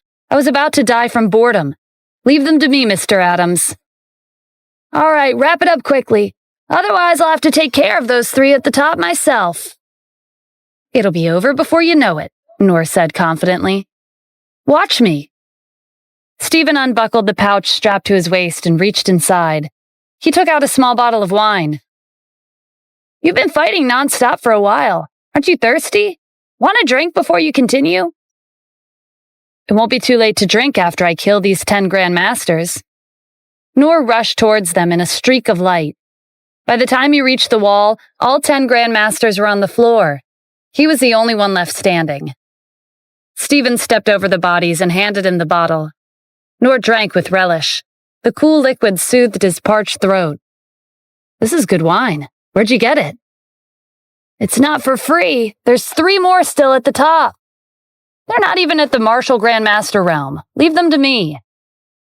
Noah's confidence would make him seem conceited to an outsider, but in truth, he was only stating facts.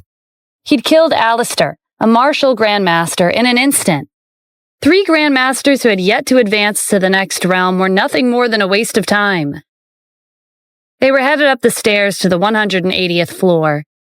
As Stephen expected, there were only 3 opponents waiting for them, and they were close to reaching the Martial Grandmaster realm.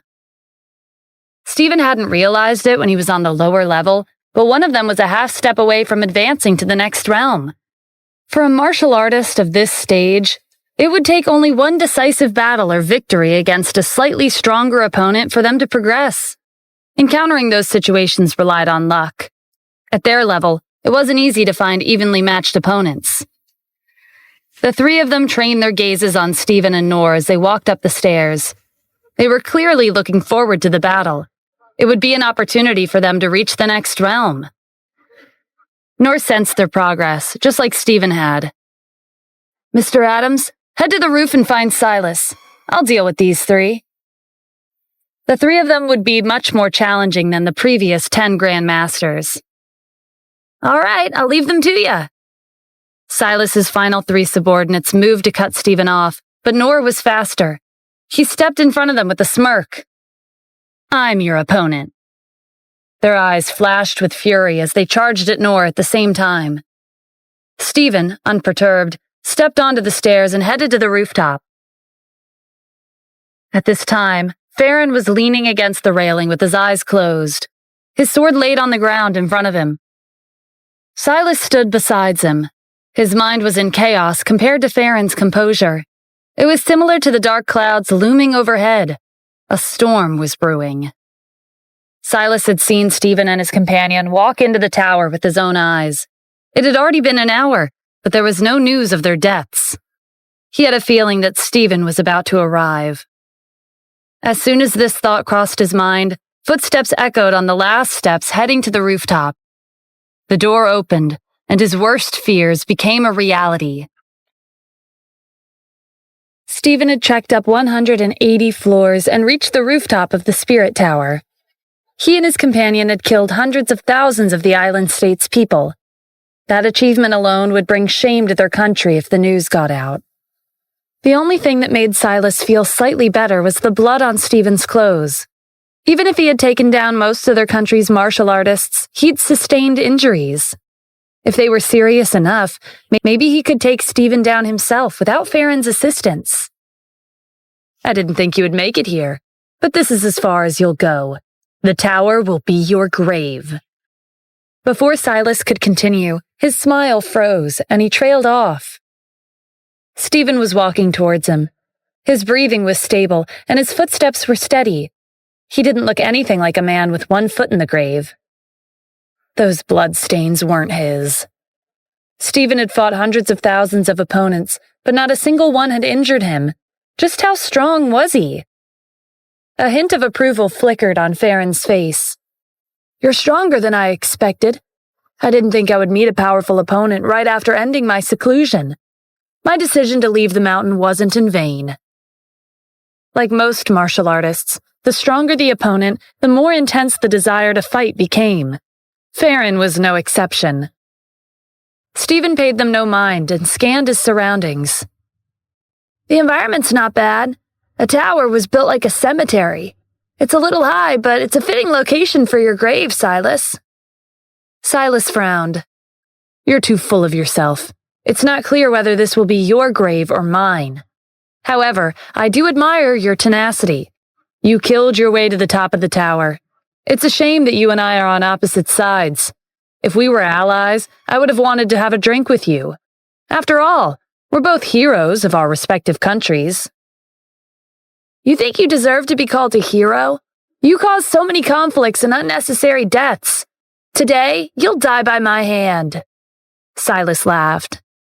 I know you're determined, but do you really think you have what it takes?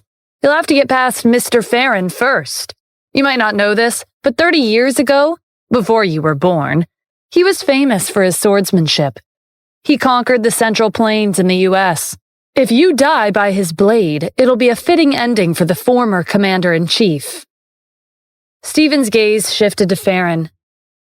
I would like to see his swordsmanship firsthand, but even with him protecting you, he's not enough to stop me.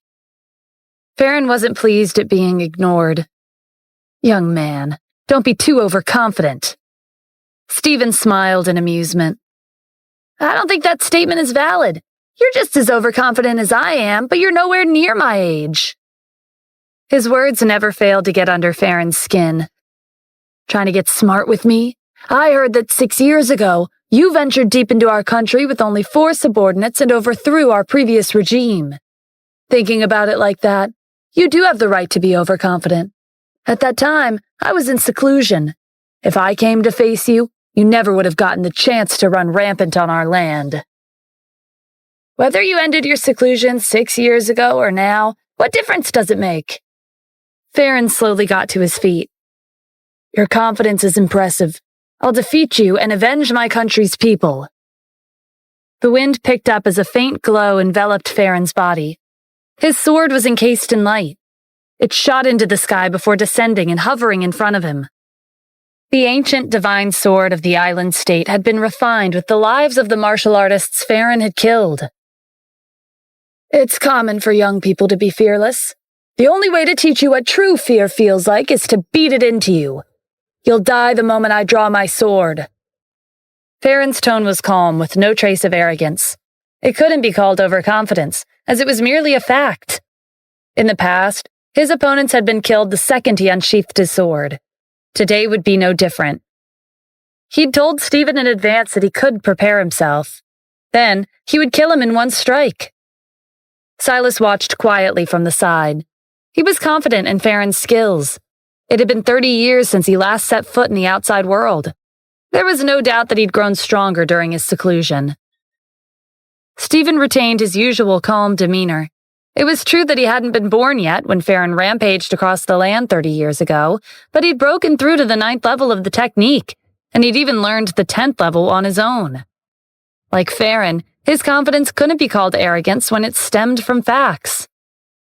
Farron was even more determined to kill Stephen in one strike after seeing his composed attitude. The waves of the ocean nearby were lulled into a rhythm that resonated with his inner energy. The wind howled, sweeping up sand and stone from the beach. Silas dropped to a crouch just as lightning struck. The ground exploded into rubble. He backed away and crawled to a shrine in the corner of the rooftop. Lightning flashed and thunder cracked, but not a single drop of rain fell. A radiant sword was at the center of it all. Ancient inscriptions of the island state swirled around the scabbard. Stephen and his companions had defeated most of the martial arts experts in the country, but so what? The power of the legendary master swordsman was the real deal.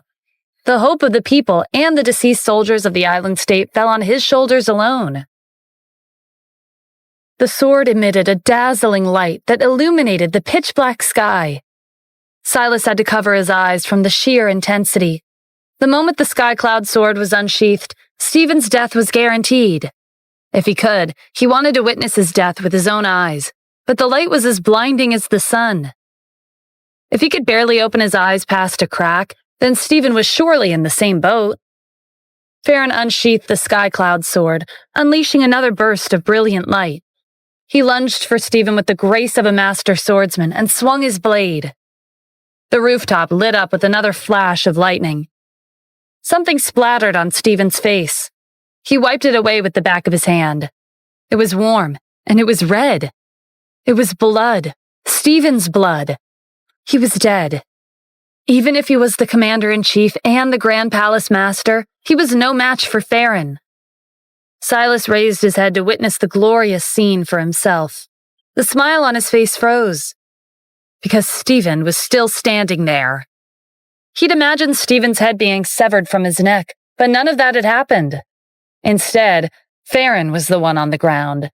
He was on his knees, and he'd been impaled by his own sword. It had been snapped in half. The Skycloud sword was an ancient weapon of the island state.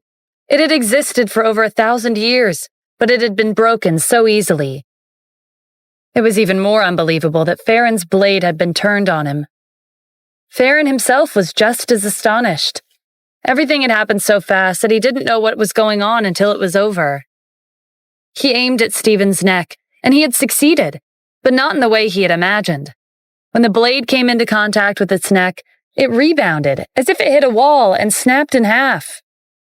Before the broken half of the sword could reach the ground, Stephen's figure had blurred, and then the other half pierced right through him. Farron couldn't stop replaying the scene in his head.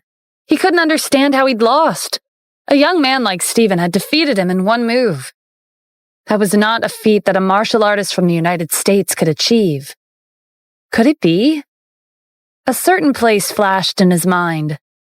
Back when Farron swept through the land with his swordsmanship, he'd encountered a fearsome place by chance. This was also the reason why he'd gone into seclusion ever since. "Are you from?"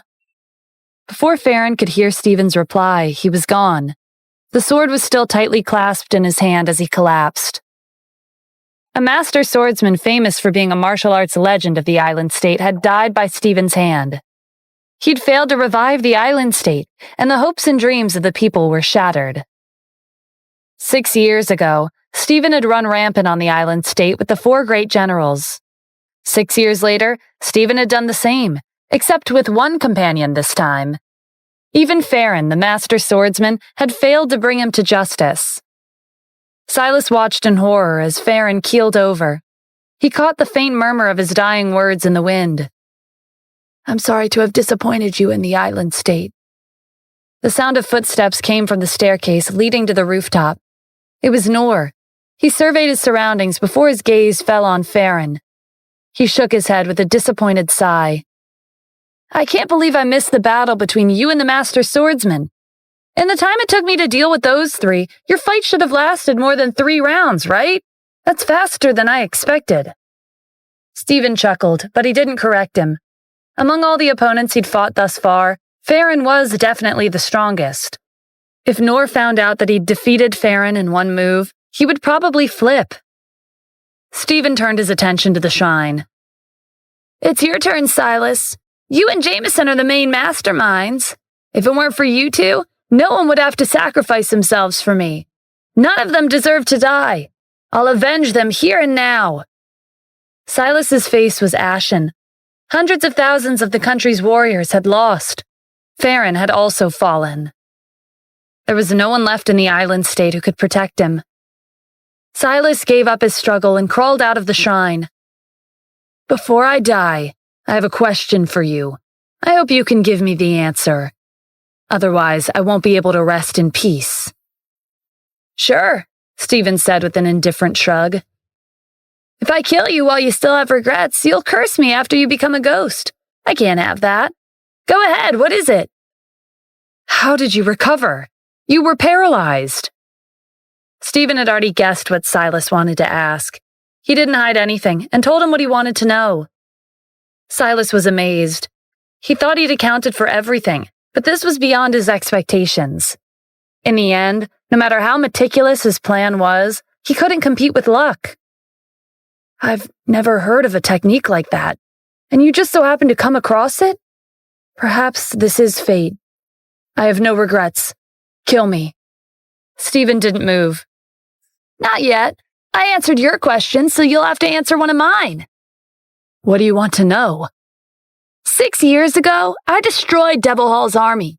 Their organization should have been erased from existence. But 6 years later, they showed up again.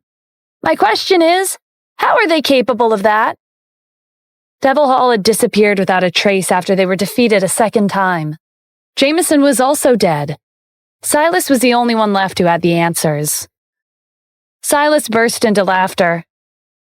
Who would have thought that there was something that the Commander-in-Chief and Grand Palace Master didn't know? I'm not going to tell you. Investigate on your own. However, I'm warning you now, it'll take you years to figure it out. Stephen frowned, but because he could do anything, Silas picked up Farron's sword and stabbed himself in the heart. A triumphant smile was etched on his face even as he dropped lifeless to the ground. Damn it, Stephen cursed.